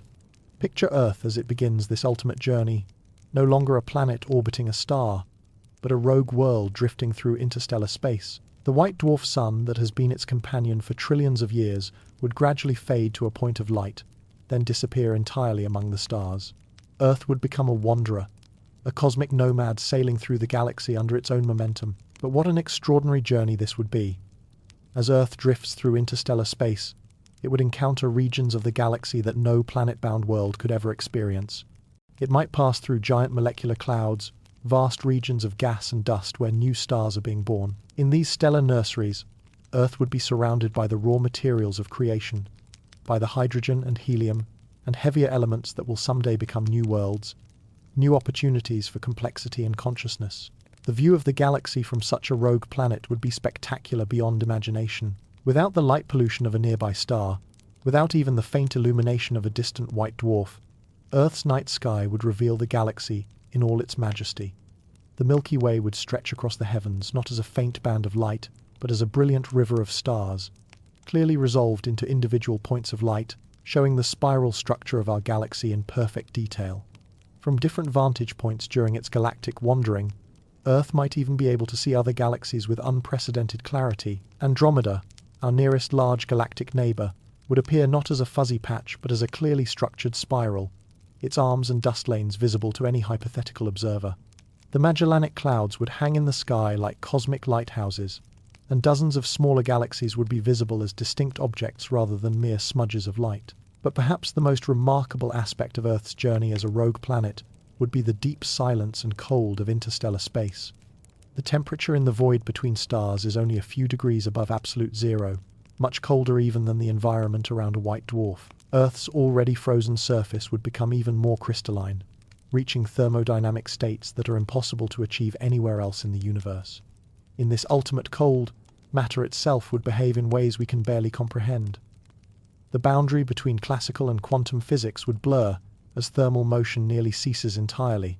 Earth might become a natural laboratory for studying quantum effects on macroscopic scales, phenomena that normally require sophisticated equipment and controlled conditions in laboratory settings. Yet even in the depths of interstellar space, Earth would not be completely isolated from energy sources. Cosmic rays, high-energy particles that pervade the galaxy would continue to strike the planet's surface. The decay of long-lived radioactive elements in Earth's core would continue to generate tiny amounts of heat.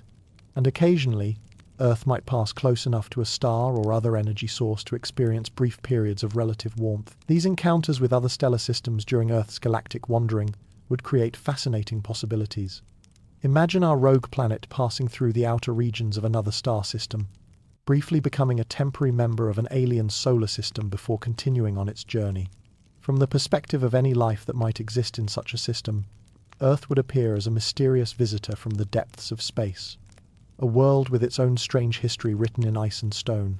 The gravitational effects of such passages could be profound. Earth might steal comets from other systems, gaining new icy companions that would orbit our frozen world as it continues its journey through the galaxy. Or it might lose parts of itself. Perhaps some of its frozen atmosphere might be stripped away by close encounters with massive objects, creating temporary comets that would mark Earth's passage through space with trails of sublimating ice.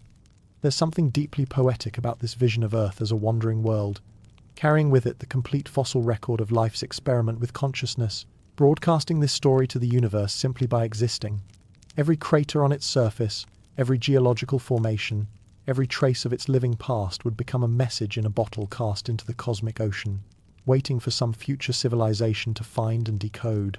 During its millions of years of galactic wandering, Earth might even encounter other rogue planets, worlds ejected from their own systems during similar stellar encounters. These chance meetings between wandering worlds would be among the rarest events in the universe, like two ships passing in an infinite ocean of darkness. If such an encounter occurred, the gravitational interaction between the two rogue planets might create a binary system, two worlds orbiting each other as they drift through space together. The view from one world to the other would be extraordinary. A companion planet hanging in the sky, close enough to see surface features, rotating slowly as the two worlds dance around their common center of gravity. The galaxy itself will change during Earth's long wandering. New stars will be born and old ones will die. The spiral arms will shift and reform. Other galaxies will approach and possibly merge with the Milky Way. Earth's journey will carry it through these changes, making our former planet a witness to the galaxy's own evolution over timescales so vast that they make even stellar lifetimes seem brief. Eventually, after millions of years of drifting through interstellar space, Earth might be captured by another star system entirely. A close encounter with a massive star could slow our world enough that it falls into orbit around a new sun, beginning yet another chapter in its already impossibly long story. Or it might remain a wanderer forever, sailing through the galaxy until the stars themselves begin to burn out and the universe enters its own final phases. There's something both melancholy and adventurous about this vision of Earth's future melancholy, because it represents the final severing of ties with the sun that gave our world life, but adventurous, because it opens up possibilities for experiences that no planet-bound world could ever have. Earth as a cosmic explorer, a world that has seen more of the galaxy than any other planet in our solar system's history. As you drift towards sleep, let yourself imagine that journey, Earth sailing silently through the vast spaces between stars, carrying within its frozen depths the memory of every raindrop, every sunrise, every dream that ever existed on its surface. It's a journey that speaks to something deep in the human spirit, the desire to explore, to see what lies beyond the next horizon, to carry our stories and dreams to new frontiers. In Earth's galactic wandering, we see a metaphor for consciousness itself, always moving, always exploring, always carrying the accumulated wisdom of its journey into unknown territories. Even in its frozen, lifeless state, Earth would remain an explorer, a cosmic adventurer sailing through the galaxy on currents of gravity and momentum, forever seeking new vistas among the stars. As we follow Earth's journey through its various transformations, from living world to frozen monument to galactic wanderer, we must eventually confront the ultimate horizon that awaits not just our planet, but the entire universe itself. This final chapter in the story of existence unfolds on timescales so vast that they make everything we've discussed so far seem like fleeting moments in comparison. The universe, which has been expanding since the Big Bang roughly 14 billion years ago, will continue to expand and cool for trillions upon trillions of years. This expansion is not just the movement of galaxies away from each other through space, but the expansion of space itself, the very fabric of reality stretching, causing everything in the universe to become more and more dilute, more and more spread out, and ultimately, more and more cold. Picture the universe as a vast fire that has been burning since the moment of creation. In its early days, this fire burned hot and bright, with matter and energy densely packed together, creating the intense conditions that forged the first atomic nuclei, the first stars, the first galaxies. But like any fire, the universe's flames have been slowly dying down as the available fuel spreads thinner and thinner across an ever-expanding volume of space. Currently, we live in what cosmologists call the stelliferous era, the age of stars. This is a relatively brief period in cosmic history when the universe contains enough concentrated matter to form stars, and stars contain enough fuel to shine brightly and support the complex chemistry that makes planets and life possible. But this era, which began shortly after the Big Bang, and which will continue for perhaps another 100 trillion years, represents only a tiny fraction of the universe's total lifespan. During these 100 trillion years, the last generation of stars will be born from the remaining reservoirs of hydrogen gas scattered throughout the galaxies. These final stars will likely be red dwarfs, small, dim, incredibly long-lived stars that burn their fuel so slowly that they can shine for trillions of years. As the universe expands and cools, these red dwarfs will be the final sources of warmth and light in an increasingly cold and dark cosmos.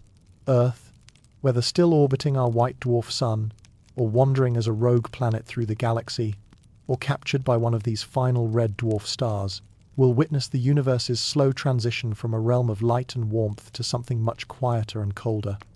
The night sky, which has been filled with stars for all of cosmic history, will gradually become darker as fuel for star formation runs out and existing stars burn through their remaining supplies of nuclear fuel. Eventually, even the longest-lived red dwarf stars will begin to fade and cool, becoming white dwarfs themselves, and then cooling further to become cold, dark objects that no longer contribute any light or heat to the universe. The galaxies will become graveyards of stellar remnants, white dwarfs, neutron stars, and black holes drifting through space like cosmic tombstones marking where stars once burned. But the universe's cooling doesn't stop with the death of the last stars. As expansion continues, even the fundamental processes that have governed reality since the beginning of time will begin to change. The cosmic microwave background radiation, the afterglow of the Big Bang that currently fills all of space with a faint warmth, equivalent to about 2.7 degrees above absolute zero, will continue to cool as space expands, eventually reaching temperatures so low that they approach absolute zero itself. In this ultra-cold universe, the very atoms that make up matter will begin to behave differently. At temperatures close to absolute zero, quantum mechanical effects that are normally invisible become dominant. Matter might spontaneously organize itself into strange new configurations, or it might begin to decay through processes that are impossible at higher temperatures. This brings us to one of the most profound questions in cosmology. Is matter itself stable over these ultimate timescales? Some theories suggest that protons, the fundamental particles that make up the nuclei of atoms, might not be perfectly stable. If protons can decay, given enough time, then all matter in the universe will eventually break down into simpler particles and energy. The timescale for proton decay, if it occurs at all, is almost incomprehensibly vast, perhaps 36 years or more. To put this in perspective, this is longer than the current age of the universe, by a factor of more than 25. It's a number so large that writing it out would require more zeros than there are atoms in the observable universe. If protons do decay, then Earth, along with every other material object in the universe, will eventually dissolve into a thin gas of elementary particles and photons. The carbon atoms that once flowed through living cells, the iron atoms that once carried oxygen in blood, the silicon atoms that once formed mountain ranges, will all break apart into their constituent quarks and leptons, which will then decay further into pure energy. But even this process would unfold with the same patient slowness that has characterized all of cosmic evolution. Earth would not suddenly vanish, but would slowly fade away over timescales that dwarf even the stellar lifetimes we've been discussing. The planet would become increasingly translucent as more and more of its atoms decayed, like a photograph slowly fading in sunlight, until eventually nothing remained but a diffuse cloud of elementary particles where a world once existed. Yet even in this ultimate dissolution, there would be something beautiful and peaceful. The universe would not end in chaos or violence, but in a kind of cosmic settling, a return to the simplicity that existed before complexity emerged. All the energy that was locked up in matter would be released back into the universe, contributing to the background radiation that will fill space long after stars and planets and galaxies have become memories. During this incredibly distant era, the only significant processes still occurring in the universe will be quantum mechanical in nature. Virtual particles will spontaneously appear and disappear in the vacuum of space, following the strange rules of quantum mechanics that allow for brief violations of energy conservation. These quantum fluctuations will be like the universe's gentle breathing, tiny, random variations in the otherwise perfect emptiness of space. Some theories suggest that these quantum fluctuations might occasionally, over timescales so vast that they defy comprehension, spontaneously create organized structures, perhaps even new universes that bubble into existence from the quantum foam. In this view, the heat death is not truly an ending but a kind of cosmic reset, a return to the conditions from which new Big Bangs might eventually emerge. Black holes, those regions of space where matter has collapsed into such extreme density that not even light can escape, will be among the last objects to fade from the universe. Through a process called Hawking radiation, even black holes will eventually evaporate, returning their mass energy to the universe as a slow trickle of particles and photons.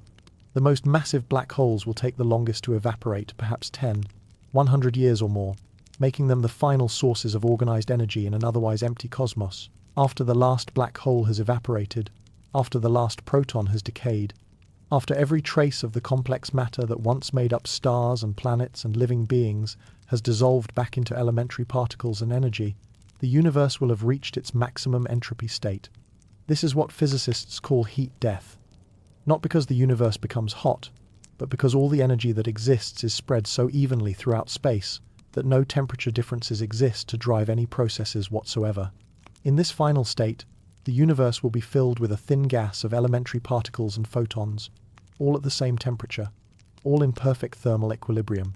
There will be no energy gradients to power chemical reactions, no temperature differences to drive weather patterns, no concentrated sources of matter to create gravitational fields. It will be a universe of perfect peace and perfect stillness, where nothing changes because there is no available energy to drive change. Yet even in this ultimate state, there will be a kind of beauty. The universe will have achieved the perfect balance that all physical processes naturally tend toward the state of maximum entropy, where everything is in perfect equilibrium with everything else. It's like a cosmic meditation, a state of being that transcends the restless activity of stars and planets, and living things to become something else entirely. As you settle into sleep tonight, let this vision of the universe's far future bring not fear or sadness, but a profound sense of peace. The heat death represents the ultimate rest that awaits all of existence, a cosmic sleep so deep and perfect that it makes our nightly rest seem like a brief moment of quiet in an otherwise busy day. In this final vision of the universe's destiny, we see reflected the same pattern that governs everything, from individual lives to stellar evolution to cosmic history itself. Emergence, complexity, flourishing, and eventually a return to simplicity and rest. It's the same pattern you follow every day as you wake, live, and sleep, the same pattern that governs the seasons, the same pattern that has shaped Earth's long history from its violent birth to its future frozen peace. The universe's heat death is not an enemy to be feared, but a friend to be welcomed, the promise that all the striving and struggling and complex dance of matter and energy will eventually find its rest in perfect equilibrium. And in that rest, there is something both humbling and beautiful, the knowledge that consciousness, for however brief a time, allowed the universe to know itself, to wonder at its own beauty, and to find peace in contemplating its own vast and patient journey from simplicity through complexity and back to simplicity again. Sleep now in the peace of this ultimate stillness, this cosmic rest that represents not an ending but a completion. The universe's way of saying that all the work of creation has been accomplished, all the stories have been told, and now it's time for the deepest, most perfect rest of all. As we contemplate the ultimate fate of Earth and the universe itself, a profound question emerges from the cosmic quiet we've been exploring. When all matter has decayed, when all stars have cooled, when even the last black holes have evaporated into Hawking radiation, what, if anything, remains of the extraordinary story we've been telling together? This question leads us into the realm of what we might call cosmic archaeology, the study of how information, patterns, and memories might persist, even after the physical structures that created them have long since disappeared. It's a gentle inquiry into whether the universe itself might serve as a vast library, storing within its very structure the record of every story that has ever unfolded within it. Consider for a moment the concept of information in physics. When scientists speak of information, they're not just talking about data stored on hard drives or written in books, but something more fundamental, the specific arrangement of matter and energy that makes one thing distinct from another. The particular way that carbon atoms are arranged in your DNA is information. The precise pattern of neural connections in your brain that allows you to have thoughts and memories is information. The exact configuration of molecules in a snowflake is information. One of the most intriguing discoveries in modern physics is that information may be more fundamental than matter itself. Some theories suggest that what we perceive as solid matter is actually information patterns encoded in the fabric of space-time. If this is true, then even when Earth dissolves into elementary particles, and even when those particles themselves decay, the information that once described our planet's structure might persist in more subtle forms. Picture the universe as an enormous library, with every quantum interaction, every particle collision, every stellar birth and death writing another entry in cosmic records that we're only beginning to learn how to read. In this library, Earth's story would occupy countless volumes, detailed accounts of every raindrop that ever fell, every creature that ever lived, every human thought that ever sparked into consciousness under our planet's patient sky. Future archaeologists of the cosmos, beings so far in the future that they exist, long after matter as we know it has transformed into something unrecognizable, might develop ways to read these records. They might discover techniques for extracting information from the quantum foam itself, methods for reconstructing the history of long-vanished worlds from subtle patterns in the structure of space and time. These cosmic archaeologists might find Earth's signature written in the distribution of heavy elements throughout our local region of space. When our sun became a red giant and then shed its outer layers, it scattered into the interstellar medium all the carbon, oxygen, silicon, and iron that had been forged in its nuclear furnace. This scattered matter carries within its isotopic ratios and elemental abundances a kind of chemical fingerprint that tells the story of our solar system's evolution. Long after Earth itself has become unrecognizable, traces of our planet's existence might be detectable in the composition of asteroids, comets, and dust grains floating through space. A sufficiently advanced civilization might be able to analyze these materials and reconstruct not just the fact that a planet like Earth once existed, but details of its atmosphere, its oceans, perhaps even the biochemistry of the life it once supported. And then there's Voyager, those twin spacecraft we launched in 1977, now sailing through interstellar space carrying their golden records. These records, inscribed with sounds and images from Earth, were intended as messages to any alien civilizations that might encounter them. But they've become something more profound. Time capsules carrying the essence of human consciousness into the deep future. The golden records contain music, Bach and Beethoven, Chuck Berry, and traditional songs from around the world.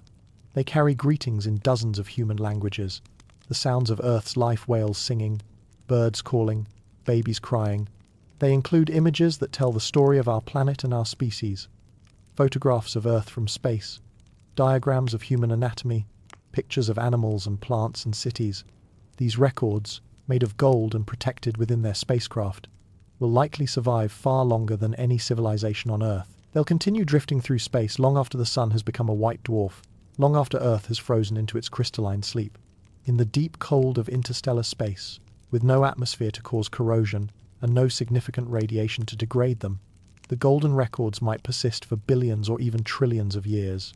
Imagine some far future archaeologist, perhaps a descendant of terrestrial life that learned to travel between stars, perhaps an alien intelligence entirely discovering one of these ancient spacecraft. What would they make of this carefully preserved record of a world they never knew? How would they interpret the mathematics and physics we included as a universal language? What would they think of our music, our voices, our attempts to explain ourselves to the cosmos? The golden records represent something beautiful about human nature, our deep desire to be remembered, to leave traces of our existence that might outlast our physical presence. They're like messages in bottles cast into the cosmic ocean, carrying the hope that someone, somewhere, sometime, will find them and know that consciousness once flourished on a small blue planet, orbiting an ordinary star. But perhaps the most profound form of persistence lies not in any physical record, but in what some philosophers call the memory embedded in the quantum structure of space-time itself. Quantum mechanics suggests that every interaction between particles leaves subtle changes in the fabric of reality. Some theorists speculate that these changes might accumulate over time to create a kind of cosmic memory bank information about past events, encoded in the very geometry of space and time. If this is true, then every conscious moment you've ever experienced, every choice you've ever made, every feeling of love or wonder or curiosity you've ever felt, has left its mark on the universe in ways that transcend the temporary arrangement of atoms that makes up your physical form. Your consciousness wouldn't just be something that happened inside your brain, it would be something that happened to the universe itself, a way that space-time learned to know and experience itself. This vision transforms our understanding of what it means to be remembered. Even after all the usual forms of memory books, photographs, stories passed down through generations have been lost, even after the civilizations that created them have faded into history, the deeper memory of consciousness itself might persist in the quantum substrate of reality. In this cosmic library, Earth's story wouldn't just be one volume among many, but an integral part of the universe's growing understanding of itself. Every moment of awareness that ever existed on our planet would contribute to the cosmic conversation between matter and consciousness, adding to the universe's ever-expanding capacity for self-reflection and wonder. As you rest tonight, consider that your own consciousness might be contributing to this vast library of cosmic experience. Every dream you dream, every moment of wonder you feel when looking up at the stars, every instance of love or compassion or curiosity you experience might be writing itself into the deepest levels of reality, becoming part of the universe's permanent record of its own journey toward greater complexity and awareness. What remains, then, is not just information or patterns or golden records, but something more precious, the accumulated wisdom of consciousness itself, the universe's growing understanding of what it means to be aware, to wonder, to create meaning in the vast spaces between stars. Even as we contemplate the far future when Earth becomes uninhabitable, when our sun dies, when the universe itself grows cold and dark, there's another story unfolding simultaneously, a story of renewal, of birth emerging from apparent death, of new possibilities arising from the ashes of old worlds. This is perhaps the most beautiful aspect of cosmic evolution, its endless creativity, its refusal to let any ending be truly final. Right now, even as we speak, the elements that will someday form new worlds are being forged in the nuclear furnaces of stars scattered throughout our galaxy. Every second, in stellar cores millions of times hotter than Earth's surface, hydrogen atoms are being fused into helium, helium into carbon, carbon into oxygen, oxygen into silicon, silicon into iron. These heavy elements, the very atoms that make up the solid matter of planets and the complex molecules of life, are being created by stars that are living out their own versions of our sun's long story. When these stars reach the end of their lives, they won't simply disappear. Instead, they'll return their accumulated treasures to the galaxy through spectacular explosions called supernovae, or through the gentler process of planetary nebula formation that we explored with our own sun's future. Either way, the elements they've spent millions of years creating will be scattered into the interstellar medium, where they'll become raw material for the next generation of stars and planets. Picture this cosmic recycling program happening on a galactic scale. Our own solar system is already a product of this process. The heavy elements that make up Earth were forged in stars that lived and died billions of years before our sun was born. The carbon in your body was created in the nuclear furnace of a star that might have been larger and brighter than our sun. The oxygen you breathe was synthesized in stellar cores and scattered to space when those stars exploded as supernovae. The calcium in your bones, the iron in your blood, all of it is stardust, literally the cremated remains of ancient stars. When our sun eventually sheds its outer layers, during its red giant phase, it will contribute its own collection of heavy elements to this ongoing galactic enrichment. The carbon that was once part of Earth's rocks, that once flowed through living cells, that once formed the molecules of DNA that carried the blueprint for consciousness itself, will drift through space until gravity gathers it into new stellar nurseries. In these nurseries, vast clouds of gas and dust, called molecular clouds, the scattered atoms from countless dead stars, will begin the slow process of gravitational collapse that leads to new star formation. As these clouds contract under their own gravity, they'll fragment into smaller and smaller clumps.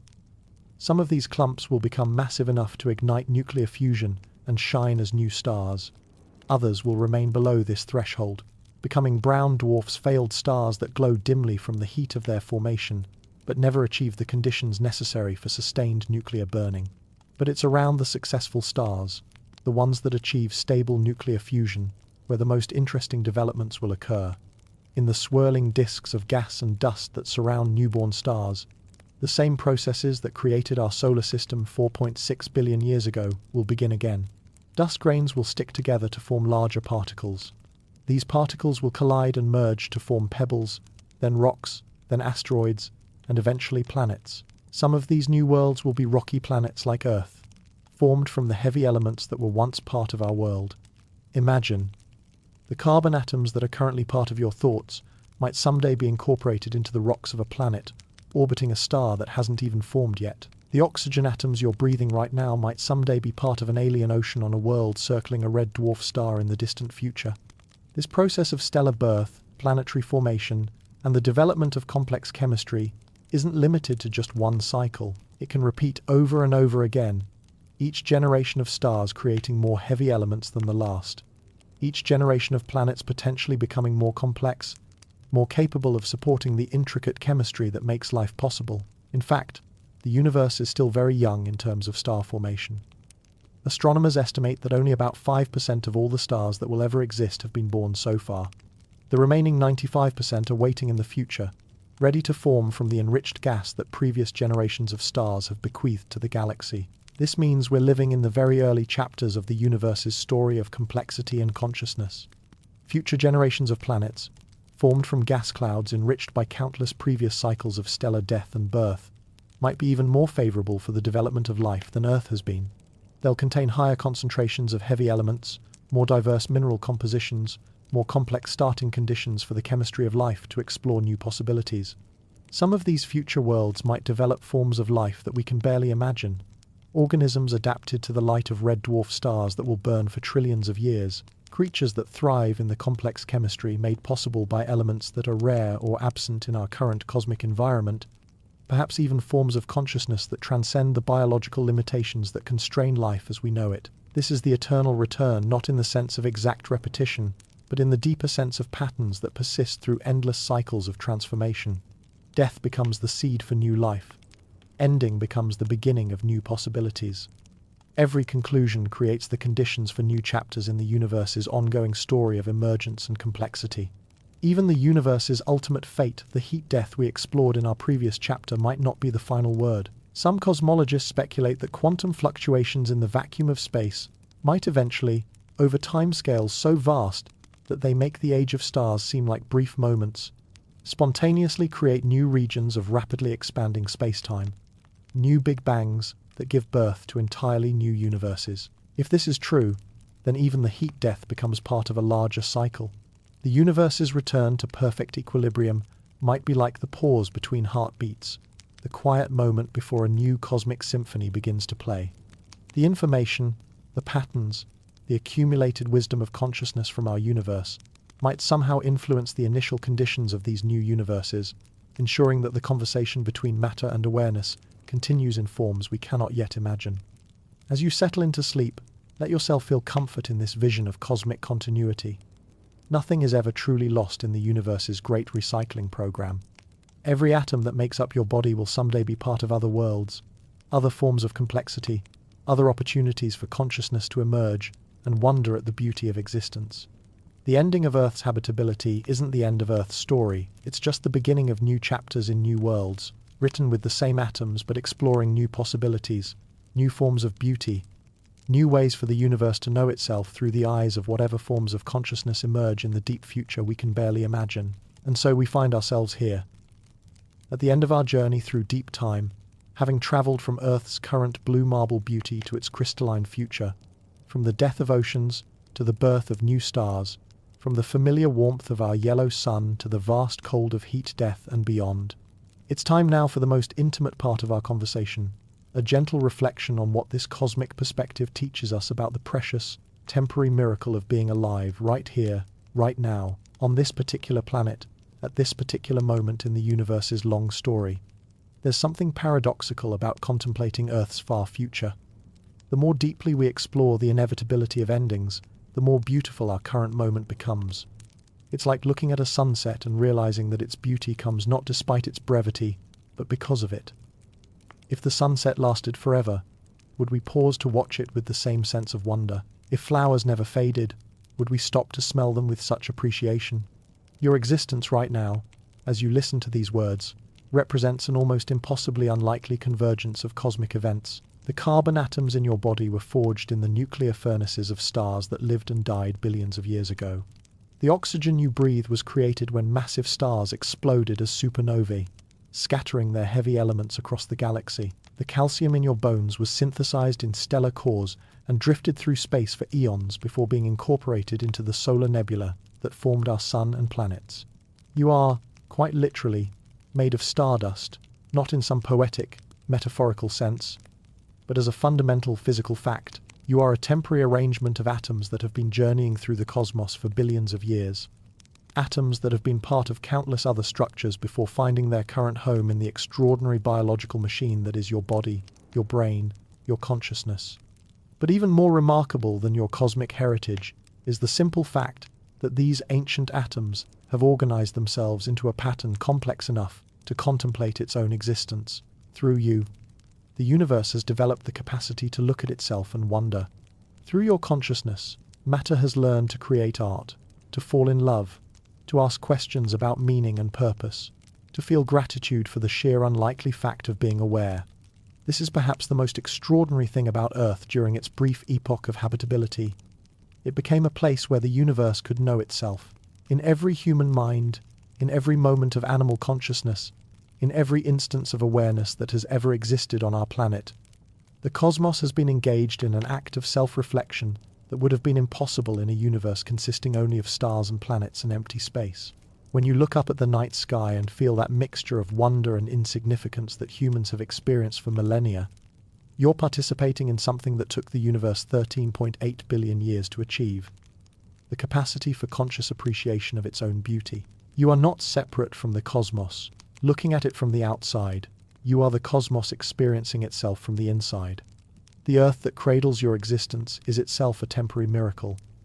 Our planet's habitability depends on such a precise balance of factors that changing any one of them even slightly would make complex life impossible. The distance from the sun, the strength of the magnetic field, the composition of the atmosphere, the presence of liquid water, the stabilizing influence of the moon. All of these had to be just right for billions of years to create the conditions where consciousness could emerge and flourish. And yet, as we've seen in our journey through deep time, all of these perfect conditions are temporary. Earth's habitability is not a permanent feature, but a brief phase in the planet's much longer story. This doesn't make our current moment less precious, it makes it infinitely more so. We are living during Earth's golden age, its brief flowering of complexity and consciousness, its moment of maximum beauty and aliveness. The courage to be finite, to accept that our individual lives, our species, our planet, and even our universe are temporary, is perhaps the deepest wisdom that cosmic perspective can offer. In a culture that often denies or fears endings, contemplating the ultimate fate of everything we know can be initially unsettling, but there's profound peace to be found in accepting impermanence as not a flaw in the universe's design, but as its most essential feature. If consciousness were permanent, if Earth remained habitable forever, if stars burned without end, would existence have the same poignancy, the same urgency, the same capacity to surprise and delight us? The temporary nature of beautiful things isn't their weakness, it's the very source of their power to move us, to inspire us, to make us pay attention and feel grateful. Think of the most beautiful moments in your own life. Weren't they made more precious by your awareness that they couldn't last forever? The perfect summer evening, the conversation with a loved one, the moment of breakthrough understanding, the instant when everything seems to make sense. These experiences derive much of their beauty from their transience, from the knowledge that this particular arrangement of circumstances will never occur in exactly the same way again. Earth itself is having such a moment on a cosmic scale. For a brief time, brief in cosmic terms, though spanning millions of human generations, our planet has become the stage for an extraordinary experiment in complexity and consciousness. Life has learned to transform sunlight into poetry, to convert quantum mechanics into music, to turn stellar nucleosynthesis into love. This experiment won't last forever. As we've seen, Earth's epoch of habitability will eventually end, giving way to new phases in the planet's long journey through time. But the ending doesn't diminish the beauty of what's happening now. It enhances it, the way the last movement of a symphony gains power from our knowledge that the music will soon resolve into silence. As you prepare to return to your own temporary dreams, carry with you this cosmic perspective. You are a brief candle flame in the vast cathedral of the universe, but you are no less significant for being brief. In fact, your temporary nature is what makes you precious beyond measure. You are the universe's way of experiencing wonder, of creating meaning, of transforming mere matter into consciousness, and consciousness into love. Every breath you take connects you to the long history of Earth's atmosphere. Every thought you think participates in the cosmos's ongoing conversation with itself. Every act of kindness, every moment of beauty, every instant of genuine connection with another consciousness adds something irreplaceable to the universe's growing understanding of what it means to be aware, to care, to create meaning in the space between birth and death, between the Big Bang and heat death, between the first dawn and the final sunset. Sleep well, knowing that you are exactly where you belong in this cosmic story, a temporary but essential character in the universe's greatest adventure, the emergence of consciousness from chaos, of meaning from matter, of love from the patient dance of atoms that began in the cores of ancient stars and continues in every heartbeat, every dream, every gentle breath that carries you toward tomorrow's light. We've traveled together through billions of years, seen oceans vanish and stars ignite, followed Earth from its blue marble present to its crystalline future in the cold between galaxies. Now, we return from cosmic distances to this moment tonight. Here, now alive in the early 21st century. Settle into the present. Feel your body's weight, your breath, the sounds around you. After voyaging through eons, there's wonder in the immediacy of human experience, the only place life truly happens. What have we learned? That everything changes. Earth's oceans, forests, and atmosphere are a delicate balance billions of years in the making, destined to fade in billions more. Even the sun that warms you tomorrow is slowly evolving toward its far-off red giant phase. Yet endings create beauty. Sunsets enchant because night follows. Seasons matter because they change. Every conscious moment is precious because consciousness is rare, a fleeting miracle in the universe's history. From a cosmic perspective, mundane acts gain depth. Atoms in your body were forged in ancient stars. Your awareness is the universe knowing itself. This doesn't make life trivial, it makes it more valuable. The oceans still shimmer, the sun still shines, and your unique arrangement of stardust exists, thinking, feeling, and witnessing. Tomorrow, you may notice the ordinary differently. Sunrise is fusion light from 93 million miles away. The air you breathe links you to all living things. The ground beneath your feet holds Earth's 4.6 billion year history. You needn't dwell constantly on vast time. A quiet background awareness is enough to make life richer. A morning coffee, a friend's laughter, the wind on your skin all become more precious as brief expressions of the universe's experiment with complexity. Love between conscious beings becomes one of the cosmos's greatest achievements. Beauty in art or nature becomes the universe admiring itself. As you rest tonight, carry forward this. Temporary things are precious because they are temporary. Consciousness is a gift beyond measure. Every day on this habitable planet is a small miracle. You are not separate from the cosmos. You are the cosmos exploring itself. Sleep knowing you're part of something billions of years in the making. Awareness capable of reflection, wonder, and care. In dreams, you may revisit distant epochs. Yet when you wake, you'll return to the rarest time of all Earth's golden age, surrounded by life and beauty. We are Earth dreaming of itself, the cosmos knowing its own beauty. Sweet dreams, fellow traveler.